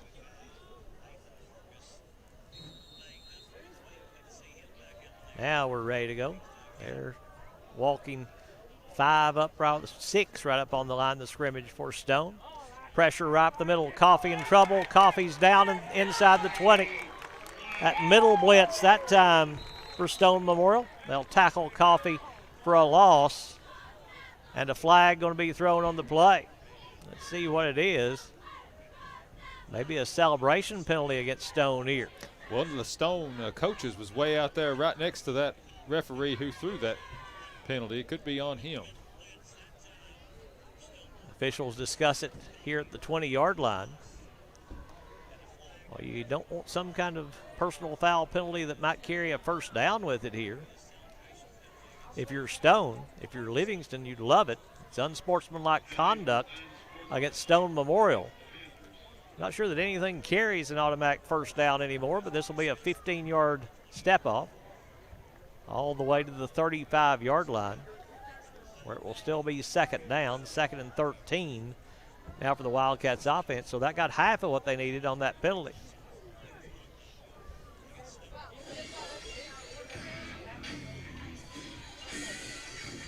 So if you're Livingston, do you attack here on 3rd down, or you just play it conservative, run off tackle and go to the halftime? The way they've been being aggressive, they may look to attack. It is 3rd down and 13 for the Wildcats offense. That penalty was a dead ball penalty. So 3rd and 13 now from the 35-yard line. Coffee moves Hammock up to his right.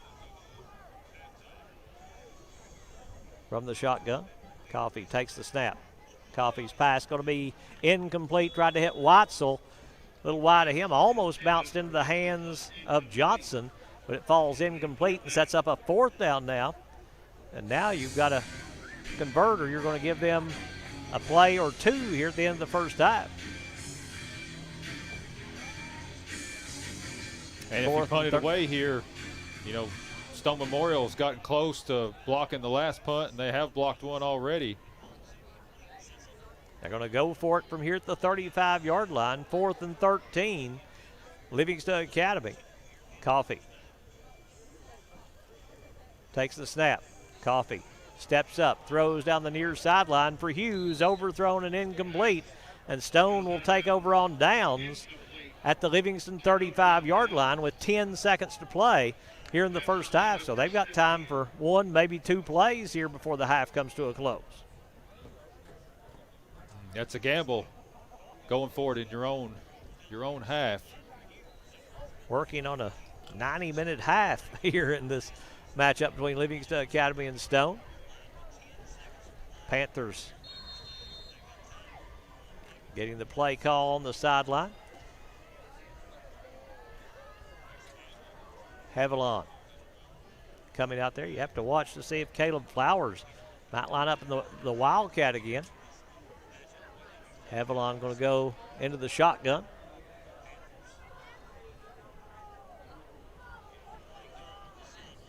Haviland rolling to his right. Throws underneath, pass incomplete, broken up by Jackson. And we'll set up a 2nd down and 10, but what that did was take the time down to 6 seconds, so they're down to their final play now here in this first half, barring a defensive penalty against Livingston. Haviland coming back out there. 2nd and 10 from the Wildcat 35-yard line. Stone 2-0 on the season. Livingston 0-2. Both teams the region opener here tonight for these two. Blitz coming. Haviland rolling out. Haviland throws. Pass is going to be caught, but time will run out. Caught by Bear Eldridge. Is there a penalty marker down? I think he was asking for timeout, and the referee was saying that he gave him the timeout. Oh, they got the timeout. Oh, that's quick. Or did they?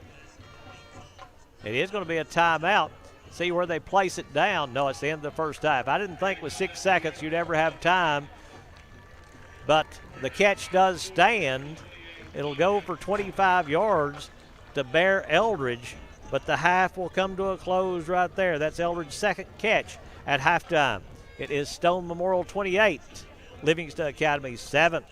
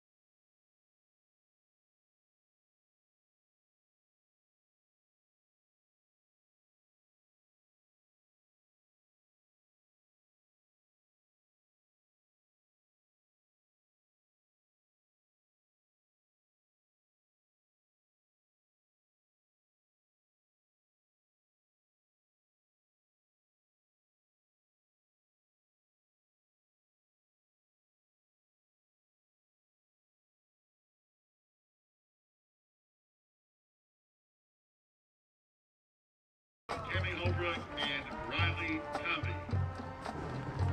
And juniors Peyton McGinnis and Isaiah Richard. Representing the freshman class are Emma Delk and Cole Hinch. Emma Delk. Emma is the 14-year-old daughter of Sonia Delk. Accompanying Emma tonight is her freshman classmate, Cole Hinch. Cole is the 14-year-old son of Kelly and Keith Hinch.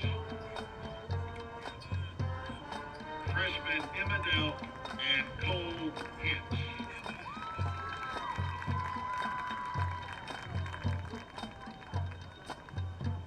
Representing the sophomore class are Cammy Holbrook and Riley Covey.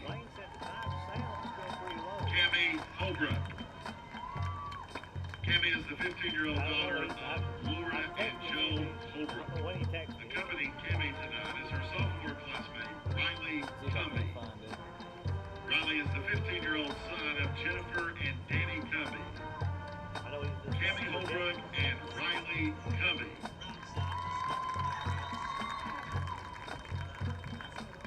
Representing the junior class are Peyton McGinnis and Isaiah Richard. Peyton McGinnis. Peyton is the 16-year-old daughter of Amanda and Tracy McGinnis. Accompanying Peyton tonight is her junior classmate, Isaiah Richard. Isaiah is the 15-year-old son of Jennifer and Dan Richard. Peyton McGinnis and Isaiah Richard.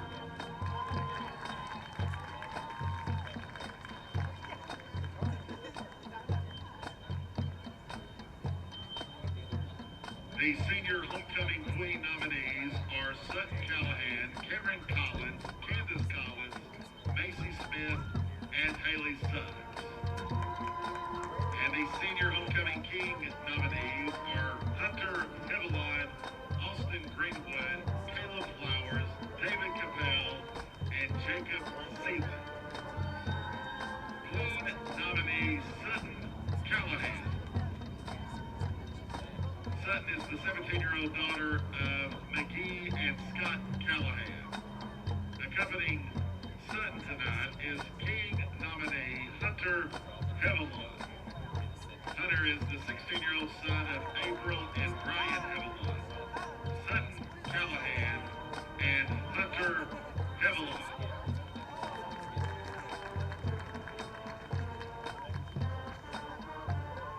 Queen nominee Cameron Collins. Cameron is the 17-year-old daughter of Betsy and Bo Collins. Accompanying Cameron tonight is king nominee Austin Greenwood. Austin is the 17-year-old son of Angela and Jeffrey Greenwood. Cameron Collins and Austin Greenwood.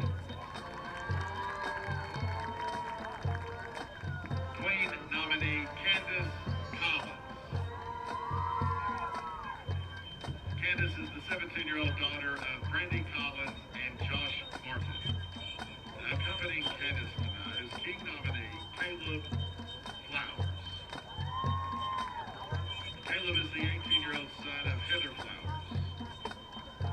Candace Collins and Caleb Flowers.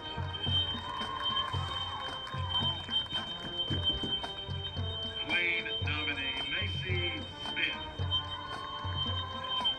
Macy is the 17-year-old daughter of Stone Memorial High School teacher Becky and Travis Smith. Accompanying Macy and Queen nominee Haley Suggs. Haley is the 17-year-old daughter of Vicky Van Hoos and Alvin Suggs. Accompanying Haley tonight is king nominee Jacob Sealand. Jacob is the 17-year-old son of Samantha Hamlin and Mac Sealand.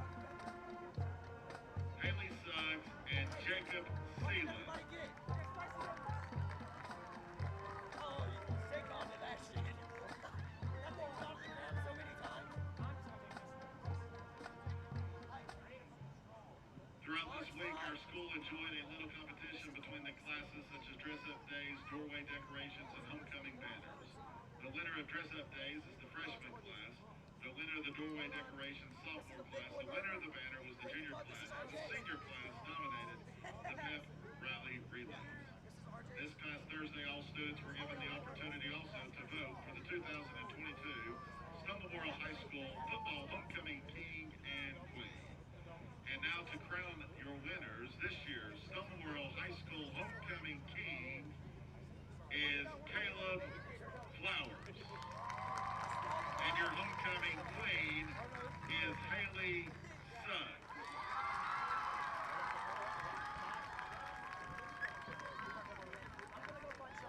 Don't take the food. It was already spicy. Congratulations to Caleb and Haley and the homecoming court members. Thank you for coming to celebrate our homecoming with us. And as always, go Panthers. I'm gonna go find Sean and them for their food. Another triple. Just eat it. It's fine.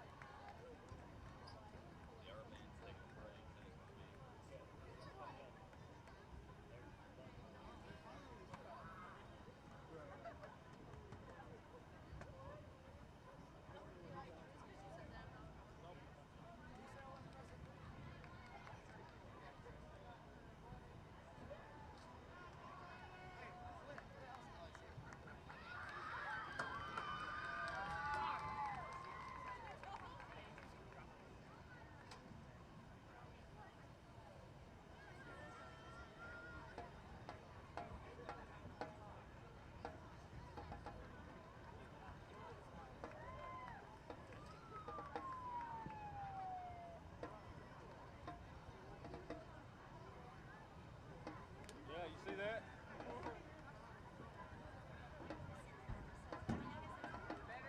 Hope the referees don't see it. Exactly.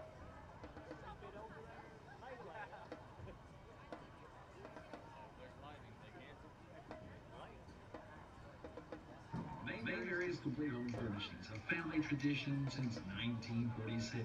They're a third-generation family furniture store providing quality and value at home furnishings. They live here, they like it here, and they'll be here when you need them. That's Mayberry's Complete Home Furnishings on Main Street, Crossville, and Mayberry's Interiors on Peavine Road, Fairfield Lake. Welcome to Jason Lewis Chrysler Dodge Jeep Ram. Feel the power and exhilaration in a 2022 Grand Wagoneer. This premium SUV has more than enough power to haul whatever you need.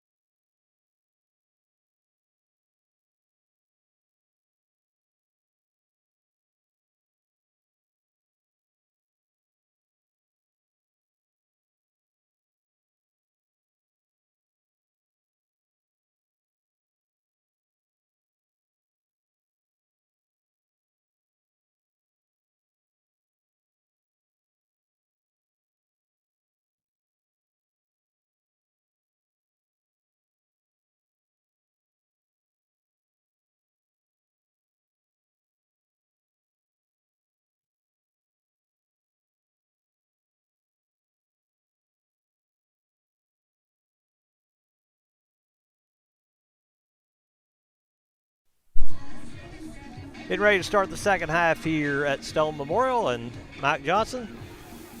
Big first half for Caleb Flowers. Couldn't ask for a better first half if you're a high school kid. It's been the game of his life so far, hasn't it? Yeah, I'm sure he's going to be getting a game ball at the end of the game. You score 3 touchdowns 3 different ways. That's going to go on a highlight film someday.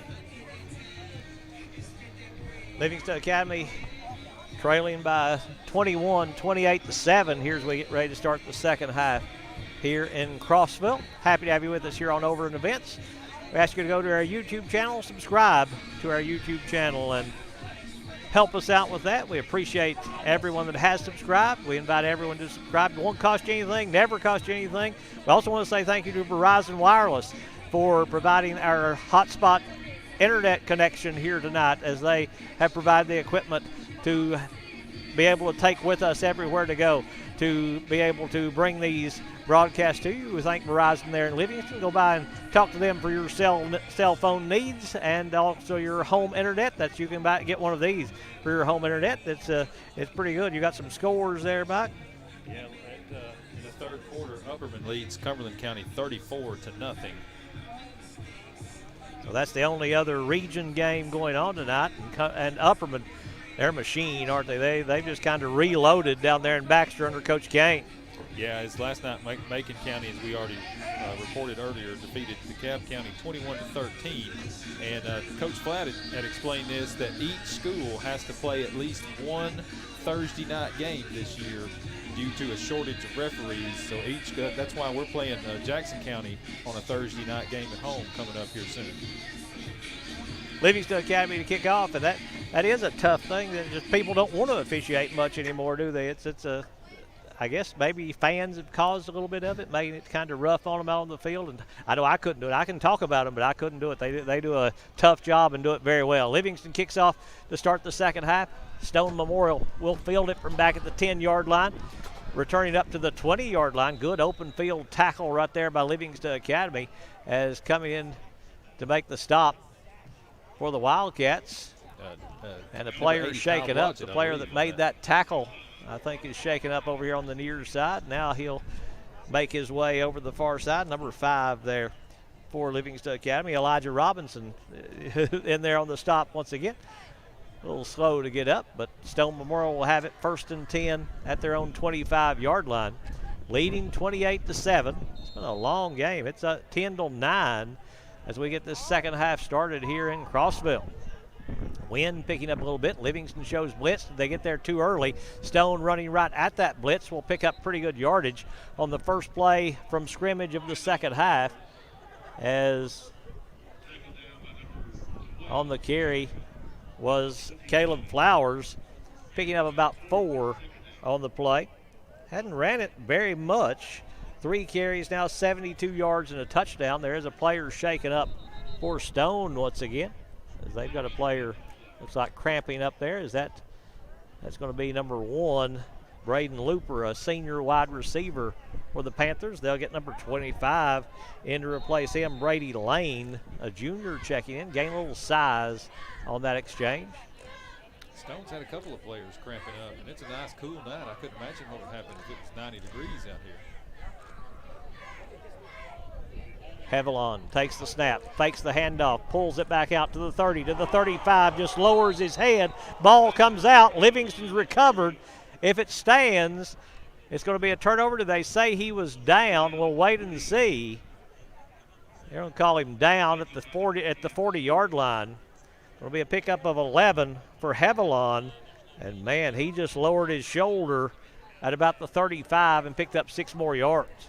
In college or pros, that might be a challenge flag situation there. You never know when the ball comes out. Was the knee down? That kind of situation. Livingston coming away with it with John Geist, but they say the knee was down before the ball came out. Stone takes the snap. They'll hand off to Okendo back in there. Ball, I thought, came out again, but Geist will wrap up Okendo. Okendo will pick up 4 on the play. John Geist again there to make the stop for the Wildcats. A couple of plays on this drive. Livingston's got some good penetration, just unable to get their hands on the ball carrier in the backfield. They'll give him closer to 5 yards on the play to set up a 2nd and 5 for Stone Memorial as they scrimmage from their own 45-yard line. Wind beginning to pick up here in Crossville, up on the mountain, beginning to cool down a little bit. Expected to be a lot cooler up here, and it is. Yeah, we saw some lightning off in the distance. Let's hope this wind isn't bringing up a storm with it. Yeah, that's exactly right. We don't need to have any delays and things as coming back in, Blayton Flowers checking in. Delay of game going to be called against Stone. Late game, the substitutions in there. It's going to back them back up to the 40-yard line where they'll have 2nd and 10 now. So penalties have hurt both teams, have helped both teams at times. Yeah, even though Livingston trails here in the 3rd quarter, you couldn't have been too down on yourself in the first half. Played some really good football, just had some mistakes and bad things go against you. Handoff goes to Flowers. Flowers going to pick up a short gain on the play. Seth Smith in there to wrap him up for Livingston Academy. Flowers will pick up about 3 on that carry. So 3rd and long here for Stone. Livingston, if they could force a 4th down here, could get the ball back and have a chance to really get back into this game.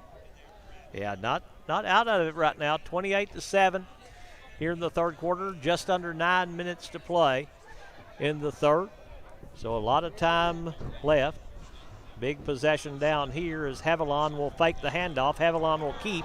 Haviland will explode out to the open field at the 30, to the 25, to the 20, to the 10, to the 15. Touchdown, Stone Memorial. Hunter Haviland goes 55 yards for the touchdown for the Panthers. And that's something they haven't used in this first half, but boy, right there you see the athleticism of Haviland.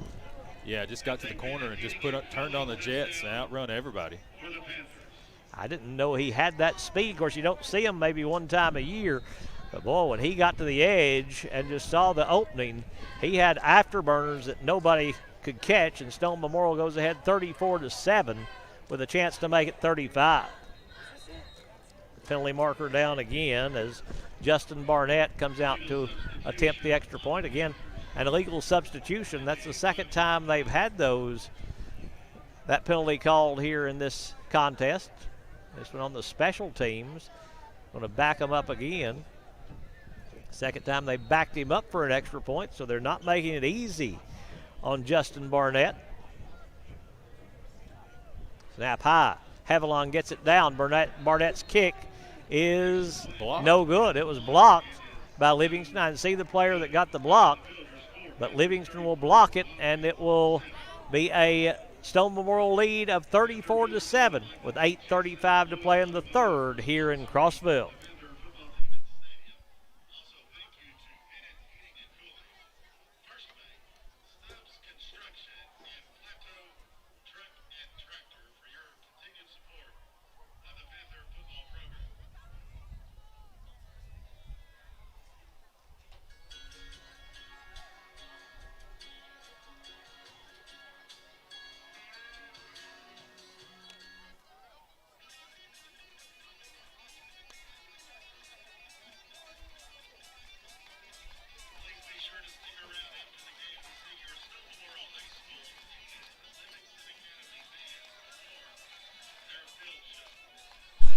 Justin Barnett to kick off after the touchdown and the missed extra point by Stone Memorial. As Barnett now 4 of 5 on extra point attempts in the game. He'll kick off once again. Parrott, Hughes, and Weitzel deep to receive the kick. It'll go in the middle of the field to around the 30-yard line where Livingston will fall on it. Coming up to get possession is going to be Jake Hughes for Livingston Academy, and the Wildcats will have their first possession of the 2nd half. They'll take over at the 30-yard line where it'll be 1st and 10 Livingston Academy.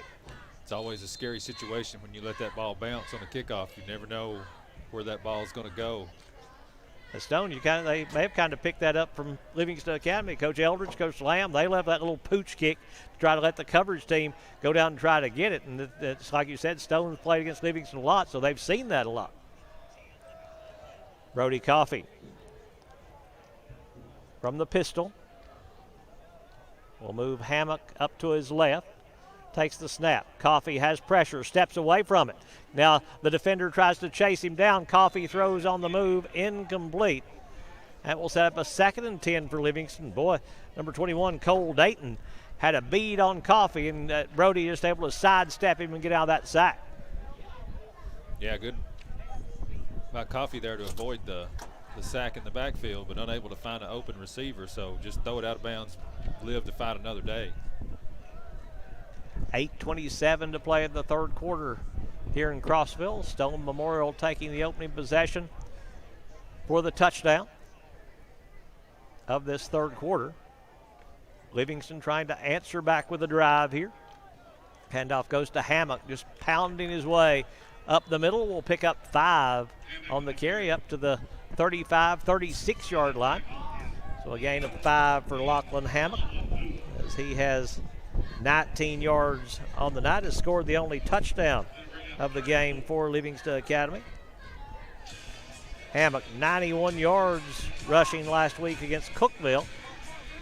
Came back with 19 tonight against Stone. Still a half to go. Coffey. Stone shows blitz from this near side. They'll hand off to Hammock, running away from that blitz, and he'll just keep moving the pile, keep churning the legs up to the 35 to the 39-yard line. Gain of 4 on the play to set up a 3rd and 1 now for Livingston Academy. Yeah, Hammock, he's run the ball well tonight when he's got opportunities, but may have came into the game just a little bit banged up. And Hargis, and we'll get the left side of the line here in just a moment. Is Coffey going to go under center on 3rd and 1? He'll step to his right, and he didn't make it. Stone Memorial able to get in there and stop him short. It'll be a 4th and 1 now for Livingston Academy. Might have lost a half a yard on the play to set up possibly a 4th down and 2, and Stone had that read very well. Yeah, just plugged the hole there as Coffey tried to go off the right hip of his center. And a penalty on the play as well.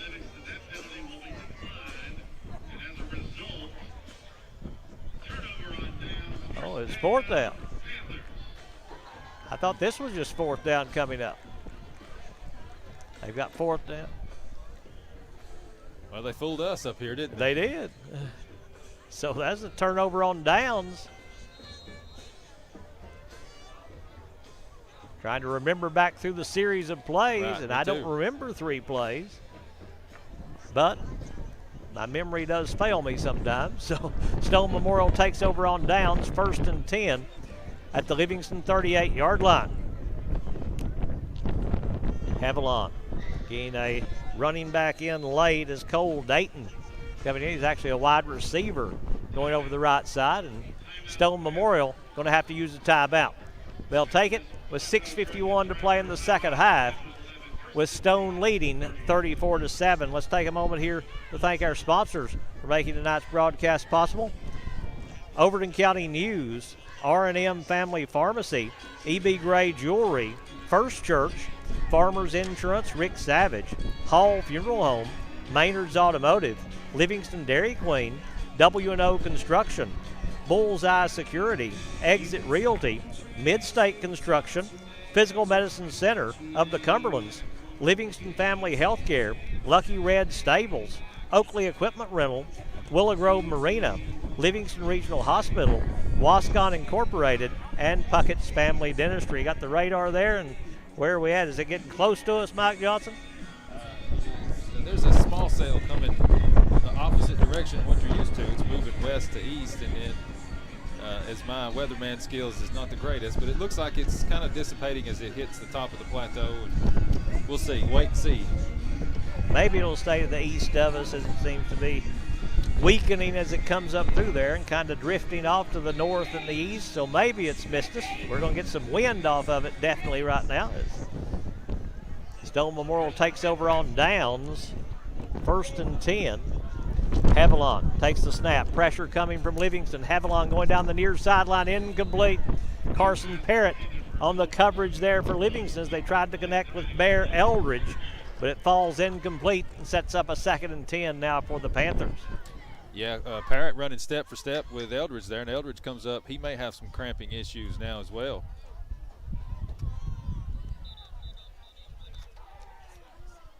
He's grabbing that right leg. He got off the field, so they may continue play, but Bear Eldridge, that right calf cramping up on him.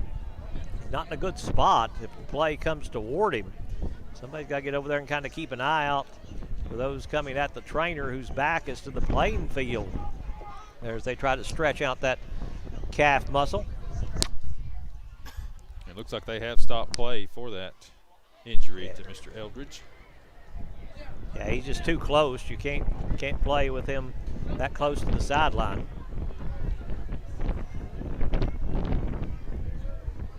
So the injury timeout. Now he's up, trying to walk it off a little bit here. Still cramping up, though, you can tell as he comes over onto the track. 2nd and 10, Stone Memorial. Snap off the hands of Hevelon. He'll get control of it. Hevelon going to be slung down there by Livingston Academy. Seth Smith there on the stop for the Wildcats. Hevelon, short gain on the play. He'll pick up a couple. Maybe a gain of 1. Set up a 3rd down and 9. Now for the Panthers as we're halfway through this 3rd quarter here in Crossville with Stone leading 34-7. Hevelon takes the snap. Quick handoff inside. Rainback bounces off a tackler, takes it forward for a good gain. He's going to be short of the 1st down to set up a 4th down, as on the carry was Blayton Flowers. He'll be about 4 yards shy and set up a 4th and 4 for the Panthers. And it looks like they're going to keep their offense out. You're in that no man's land of, inside the 40-yard line. Might as well go for it. Yeah, 4th and 4 from the 32-yard line. This Panther offense has done a good job moving the football. The clock runs with 5.5 to play in the 3rd quarter. As Stone Memorial trying to add to a 34-7 lead. Hevelon going to go under center here, and the left guard jumped for Stone Memorial. So that'll make it a little tougher on the Panthers. And boys, as a lineman, that probably has to really affect you when you're used to the cadence coming from 5-6 yards away. When they come up under center, that's a lot closer to you, and I think that may have contributed to that jump. Yeah, it's a strange thing that you see quarterback go under center nowadays.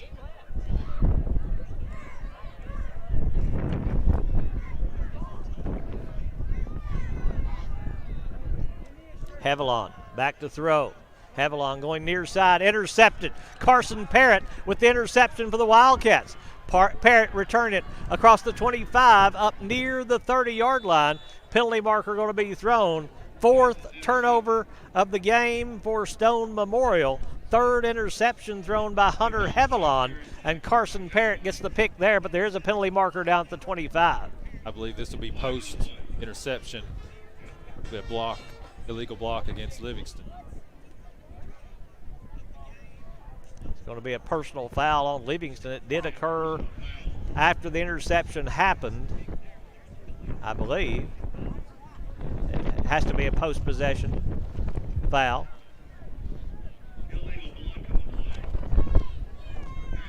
And it will move it all the way back to the 10-yard line, where it'll be 1st and 10. So the Wildcats get another turnover. These two teams have combined to turn it over 7 times now in this game. Stone has 4. Livingston has 3. Coffee from the pistol.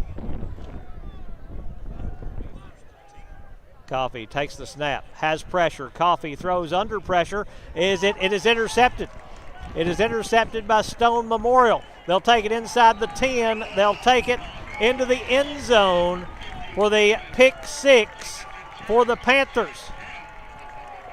Haven't picked up a number yet. Did you pick up the number of that one? That was number 57 for Stone, Jack Delk.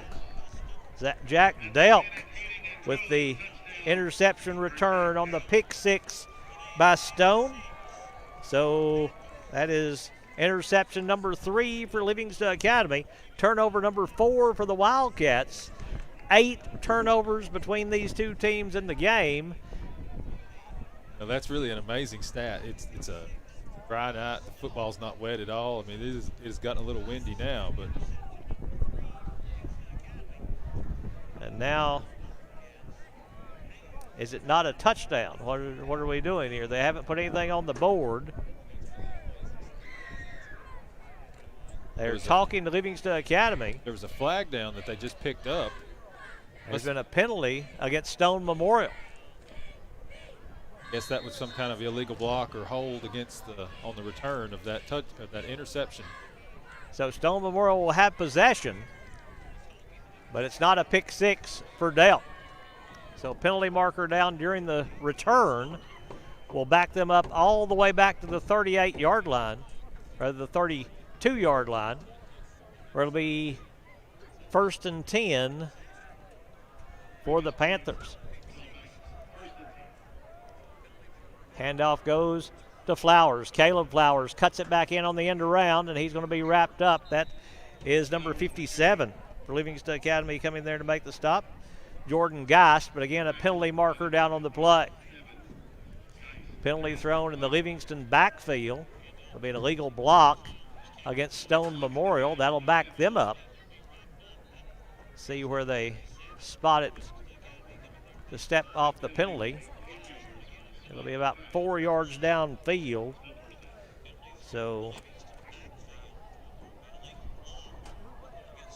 Caleb Flowers will have 4 yards added to his total, but will back it up to set up a a 1st and 16 for the Panthers. Haviland from the shotgun takes the snap. Little toss right side to Akendo. Akendo back to the original line of scrimmage, beyond it for a good gain on 1st down. He'll pick up about 9 on the carry, and we'll set up a 2nd and short now, 2nd and medium for the Stone Panthers. Yeah, that quick pitch to the outside, that's a play that Stone's used a lot tonight, get their fast, speedy running backs open space. Call it 2nd and 8 from right at the 30-yard line. Haviland, the running back to his left, will hand off to, no, he fakes it. Haviland will keep it. Haviland turns it up at the 25 to the 20. Haviland down inside the 15, where Story will wrap him up, but not before a 16-yard gain for Hunter Haviland. Another 1st down for the Panthers of Stone Memorial. Good ball fake there by the quarterback. Looked like he did hand it off, but pulled it out at the last second. It's up a nice gain. He hides it very well. Is able to get defenses going one way and go back, and he loves to run to the left, it looks like. Haviland from the shotgun, running back to his right. They'll hand off to Eldridge on the end around, breaks a tackle on the backfield. Eldridge going to be close to another 1st down for Stone Memorial, as Lachlan Hammock in there on the stop for Livingston. He's going to be about a yard shy of the 1st down, it looks like. Yeah, be a 2nd and 1 now for Stone. 2.5 to play in the 3rd quarter. 34-7, Stone Memorial in front.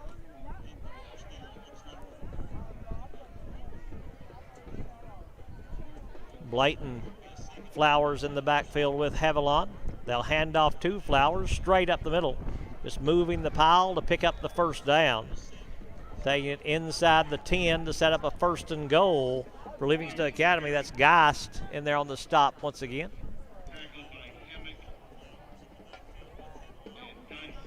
Lachlan Hammock in there as well. 1st and goal, Stone. Point blank range there right at the 2-yard line, just a little bit outside the 2 for this 1st and goal. Yeah, Stone's just running it, and they're saying, stop us if you can right now.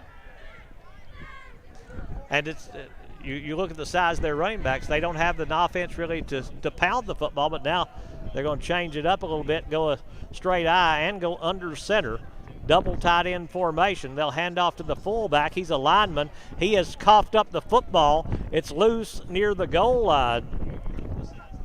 I think Stone kept possession of it. He didn't fumble it. Number 58 in there carrying. And again, we don't have a 58 on our roster. But they'll lose about a half a yard and set up a second goal from the 3-yard line. Good penetration there by the front of that Wildcat defense. Second and goal from the 3.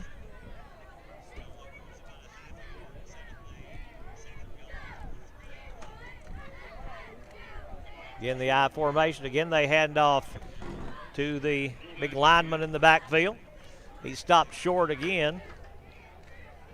Gage Hoffman in there on the tackle for Livingston Academy. It'll be 3rd and goal now for the Panthers offense. 3rd down and goal for Stone Memorial. They bring in the play from the sideline.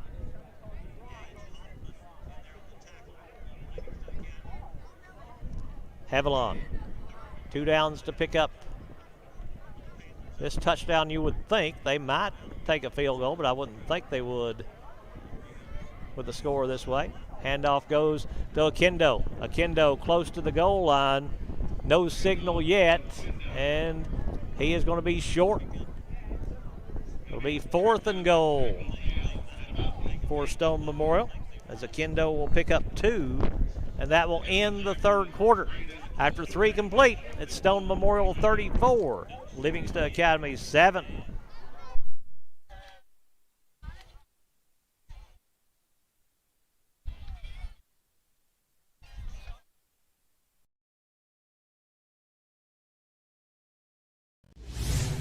Close to home, Livingston Regional Hospital. Protecting the newest Overton County residents. Livingston Regional, named one of the state's best award winners for its work at reducing infant mortality. The Best Award focuses on the importance of breastfeeding, early elective delivery reduction, and safe sleep for Tennessee babies. Quality care, close to home, Livingston Regional Hospital.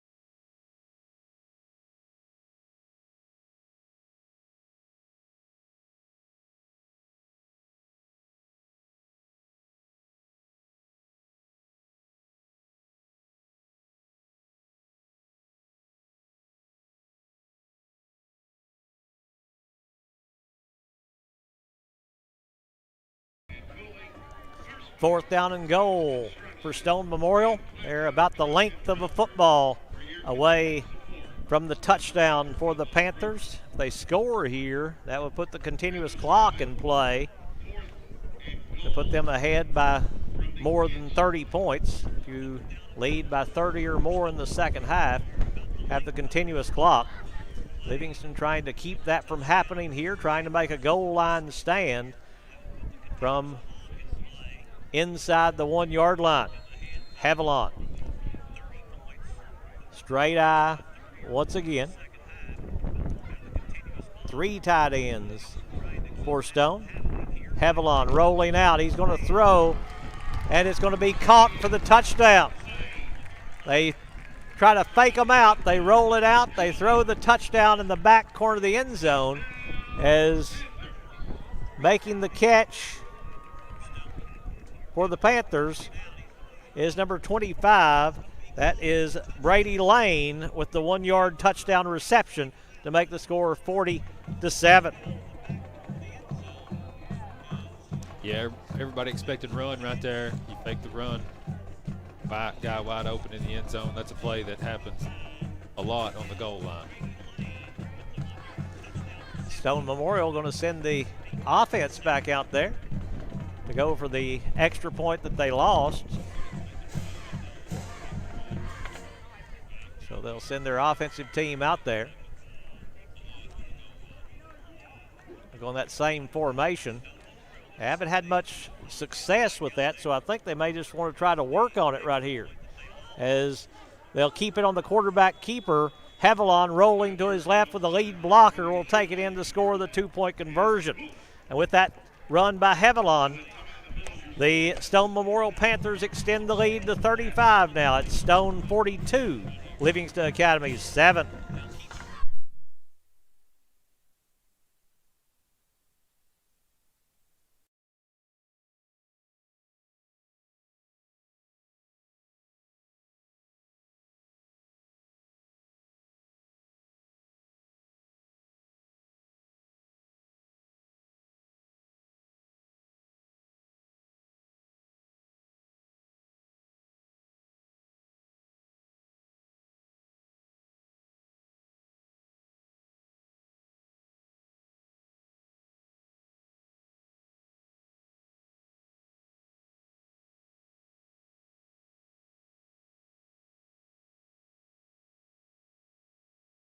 Kickoff after the score.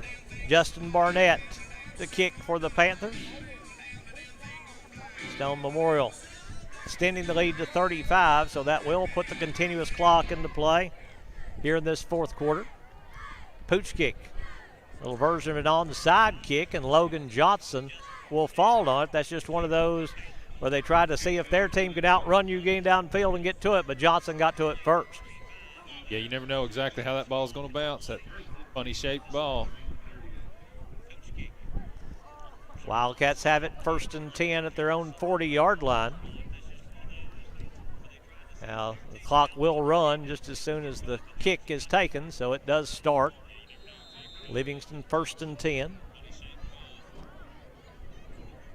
See who, Coffee back out there. Lachlan Hammock back out there. Seth Smith in there for Livingston Academy. Coffee throws far side, going to be incomplete as they tried to connect with Jake Hughes over on the far side. Well, that far side referee threw his beanbag, and he's standing over there where that ball went out of bounds. Are they saying he caught it and fumbled out of bounds? He did throw his beanbag, so I guess so. I didn't see him make the completion, but Livingston will take it. Completion there. He didn't have the ball in his possession very long, but works out as a decent play there for Livingston. I just don't understand really what happened there. But it'll be, I'm assuming, a completion of 11 yards to Jake Hughes, and then the fumble ahead to move it to the 45-yard line, 46-yard line, where it'll be 1st and 10, Livingston Academy.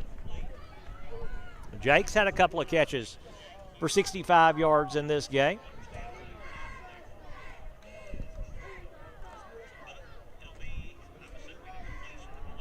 Coffee going to move Smith up to his left. And whistle stopping play. It's going to be a delay of the game against Livingston Academy. So that's going to back them up 5 yards. The thing about that is clock continues to run, so pressure on the Livingston offense right now, trying to get something on the board to get it back under 30 to stop the continuous clock. Moves it back to the Livingston Academy side of the field, where it will be 1st and 15 now for the Wildcats offense.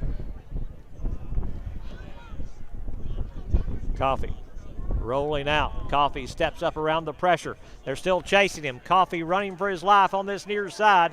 Going to take it inside Stone territory down to the 44-yard line. He'll pick up about 7 on the play and set up a 2nd and 8. Yeah, he kept it as live as long as he could, but finally just tucked it and run, tried to pick up just a few yards. Get back onto the Stone Memorial side of the field. They'll say he went down to 44, so it is 2nd and 8 for the Wildcats offense. Stone, that 4-man front, not blitzing as much as they did earlier with the big lead. Coffee moving Hammock up to his right. Coffee rolling out to his right, has pressure. Coffee going to be grabbed by the jersey and dragged down by the jersey. all the way back to the 45-yard line. He'll lose 6 and set up a 3rd and long now for Livingston. 2 plays in a row, they've rolled out Coffee, and this time unable to avoid the pressure. That speed off the edge by Stone Memorial. You can't replace speed, and they've got it with those outside pass rushers. 3rd down and 14 for the Wildcats offense. Under 8 minutes to play here in the 4th quarter. New tight end in there for Livingston Academy is number 44, Drew Goolsby, checking in for the Wildcats. Coffee takes the snap. Coffee steps up. He's throwing deep down the far side. Got a man wide open on the sideline, and he's out of bounds as the catch made by Jake Hughes going down the far side. They'll say he steps out of bounds at the 16-yard line.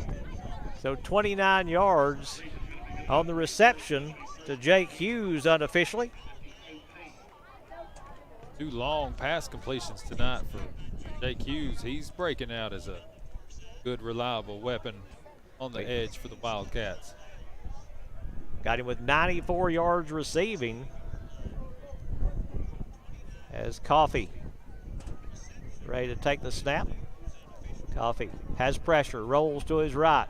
Coffee going to run. Coffee gets inside the 10. Coffee inside the 5. Coffee to the goal line. And it's going to be a touchdown, Livingston Academy. Brody Coffee from 19 yards out scores the touchdown for the Wildcats. So Coffee tucks it and run that time, makes a few defenders miss, and scores his first rushing touchdown of the season, I believe. It is. 6:40 to play in the 4th quarter when Coffee takes it in for the score. First time this season the Wildcats have put up 2 scores. And the extra point coming from Dylan Watson for Livingston Academy. Snap high, places down, the kick is up, and the kick is good. So with 6:40 to play in the 4th, it is Stone Memorial 42, Livingston Academy 14.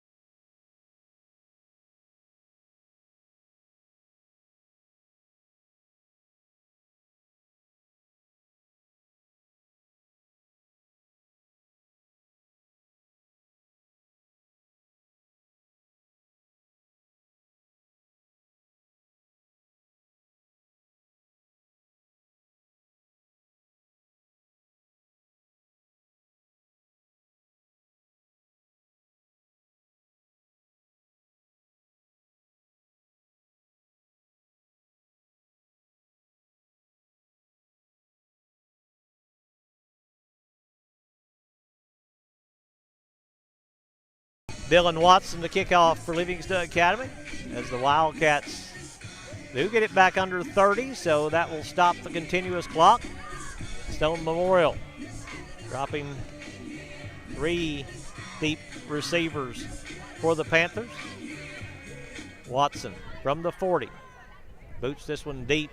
Stone backing up to the 4-yard line, to the 10, to the 15. Bounces it outside to the 20, to the 25, stumbles and falls at the 30-yard line. Trying to make a cut was the return man for Stone Memorial. Just stumbled, as that is Bear Eldridge. Bring it up across the 30 to the 31-yard line. If he can make a move on that last defender, he was gone. Yeah, luckily something, maybe a sprinkler head or something was a little too high up on the field there, and he just stumbled over it. So Stone will hit actually at the 32-yard line, where it'll be 1st and 10 for the Panthers, as they'll spot it down there. Stone leading 42-14 here. Looks like they're going to get their 3rd win in a row to start the season. Go to 1-0 in region play, stay unbeaten at 3-0 overall. The Panthers want to get some new players in there. Bring in a new quarterback, number 1, Braden Looper will check in for Stone Memorial. A lot of new players out there for both sides. Looper will take the snap. He'll hand off inside. That's still Flowers in there. Blayton Flowers still in, and Gage Hoffman in there to make the stop for Livingston Academy. Flowers will gain a couple for the Wildcats, or rather for the Panthers. Another Stone Memorial player there. Flowers come up cramping just a little bit after the end of that play. Blayton got the start, but he got injured, so that may be why they're letting him stay to kind of equal up the playing time. We're halfway through the fourth quarter with Stone leading here at home. Homecoming 2022 for the Panthers of Stone Memorial. Pretty early to have homecoming in week 3, but they celebrate that at halftime, as you saw here on Overton Events. They'll bring Akendo in motion. Akendo on the end around will take it off the left side. He'll work his way up to the 40-yard line. Will pick up about 5 and set up a 3rd down and 3 now for Stone Memorial. They actually say he went down at the 39. Allred making the tackle there for the Wildcats. He's gotten quite a bit of playing time this season.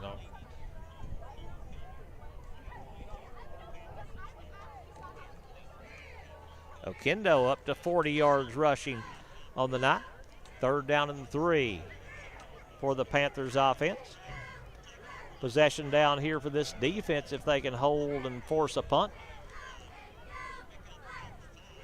Snap rolls back to the running back, and he's going to be tackled for a loss. Flowers brought down by number 80, Kyle Blodgett, in there to make the stop on Blayton Flowers, and that will force a punt from Stone Memorial. It'll be a loss of 4 on the play and set up a 4th down and 6, and Blodgett just found an open spot to get through.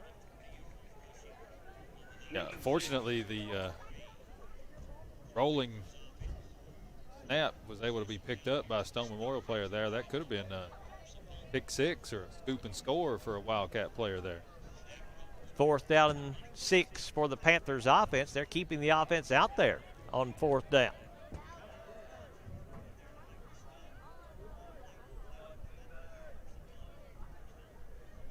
Quarterback rolling out to his right. Steps up in the pocket, throws, going to be caught, going to be a 1st down for Stone Memorial. Good throw by Braden Looper. Making the catch is Cole Dayton, and he'll take it inside Livingston Academy territory. Gain of 27 for Dayton on his first catch, and a 1st down for the Panthers. Keeps possession for Stone Memorial down at the 36-yard line. A lot of new faces out there in the Wildcat secondary. Just lost that pass catcher there. Well, you look at Hunter Hevelon as a senior, but the man that's come in to replace him, Braden Looper, he's a senior as well. So this is not a young quarterback coming in there for Stone Memorial. Looper has them 1st and 10 at the Wildcat 36-yard line as we're under 3.5 to play in the 4th quarter. Handoff inside, and another loss on the play by the running back Akendo this time. Hoffman in there to make the tackle along with Blodgett once again, but Akendo is going to lose 3 on the play as Hoffman just getting that upfield pressure. Yeah, Wildcats winning the line of scrimmage plays here in the last few plays. Looks like they've still got some of their starters out there. Maybe Stone has some second stringers on the offensive. 2nd and 13, Stone Memorial from the Livingston 39-yard line. Panthers lining up to run this 2nd down play. They're in no hurry. Just trying to use as much clock as they can, and they may have used too much. They're going to take a timeout. Timeout called by Stone. 2:19 to play in the 4th. Stone Memorial 42, Livingston Academy 14.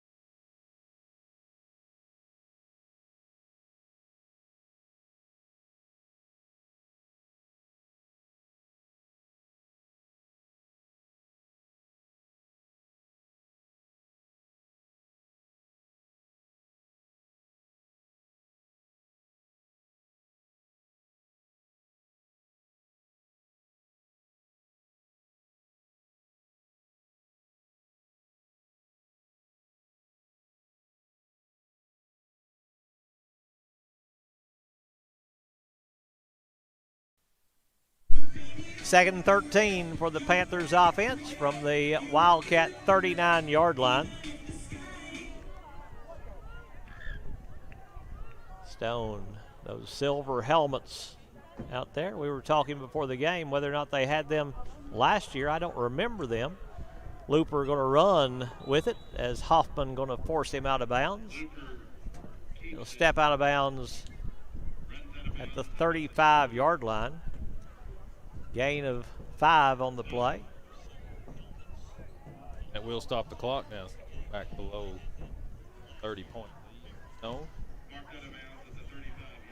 Stop with 2:12 to play in the fourth quarter.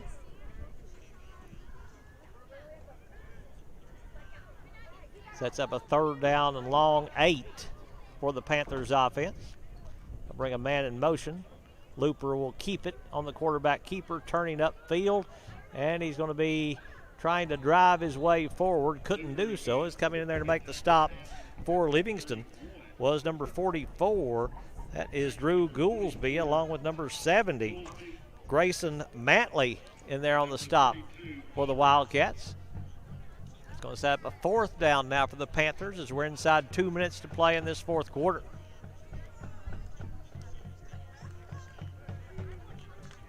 Fourth down and 5 for Stone Memorial from the 31-yard line of Livingston.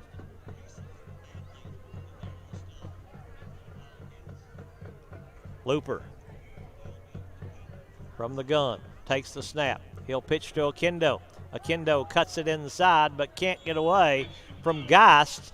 Going to be stopped short of the 1st down, and Livingston will take over on downs with 1:16 to play in the fourth quarter. John Geist there to make the tackle for Livingston Academy, and they will stop them on downs, so a little confidence boost there, stopping that drive on downs there if they convert a couple of 1st downs. Chance for the Livingston offense to get back out and do a little bit more work. Looks like a new quarterback might be out there for the Wildcats.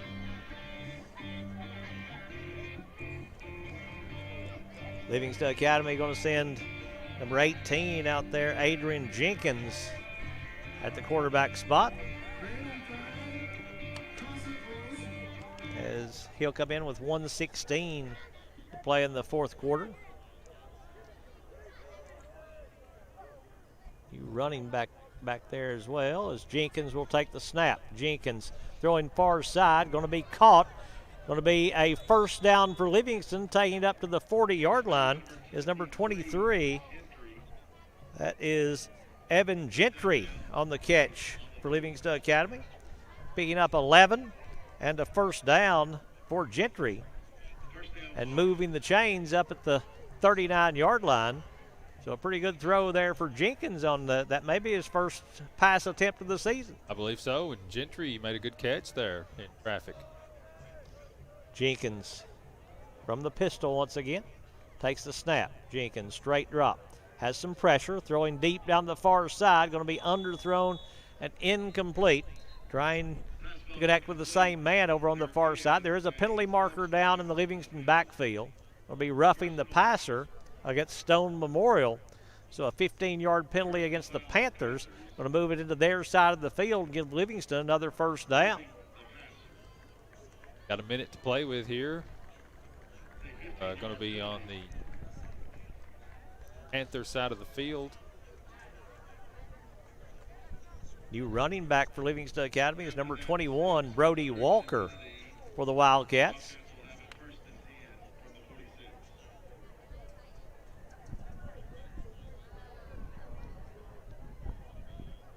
Jenkins takes the snap. Rolling out, throwing deep down the far side, overthrown and incomplete. Little fly pattern intended for Jake Hughes, and he's cramping up a little bit as he looks to go to the sideline. 55 seconds to play in the fourth quarter. Incompletion sets up a 2nd and 10 now for the Wildcat offense.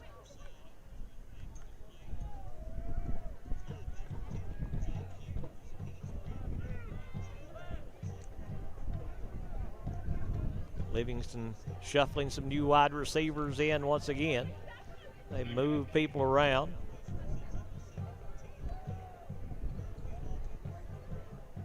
Jenkins will take the snap, has pressure. Jenkins rolling out. Good job buying time. Penalty marker down. Pass going to be incomplete. Intended over on this near side for Logan Johnson for the Wildcats. Incomplete. Yeah, that penalty flag thrown right in the area where you expect offensive holding. That's what it is, holding against Livingston Academy. That's going to back them up from the original line of scrimmage. We'll replay second down. Will be 2nd and 20 now for Livingston Academy.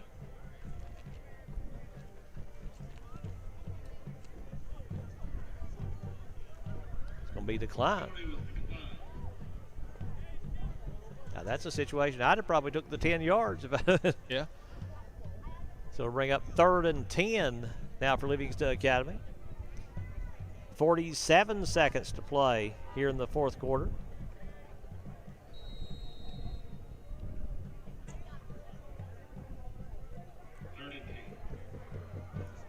Jenkins takes the snap. Pressure coming again. Jenkins rolls to his right. Jenkins throwing on the move. Going to be intercepted. Picked off by Stone. That's number 32 there on the interception. Tate Sieber to pick it off. Turnover number 5 for Livingston Academy. 4 interceptions thrown by the Wildcats. 1 fumble. Block punt also by Stone Memorial. That's 9 turnovers by these two teams combined, and that's a lot of turnovers, especially in a region game.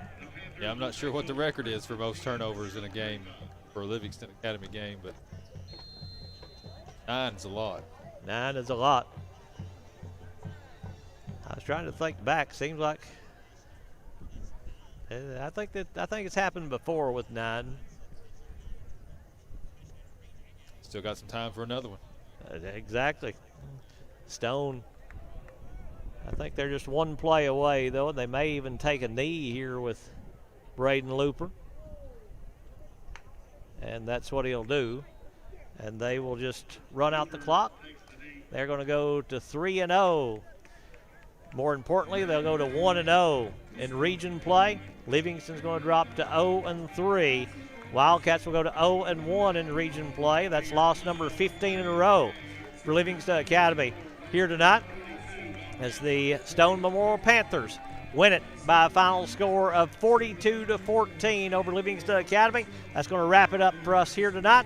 For Mike Johnson, for Tyler Maxwell, this is Craig Cantrell saying good night from Stone Memorial High School in Crossville.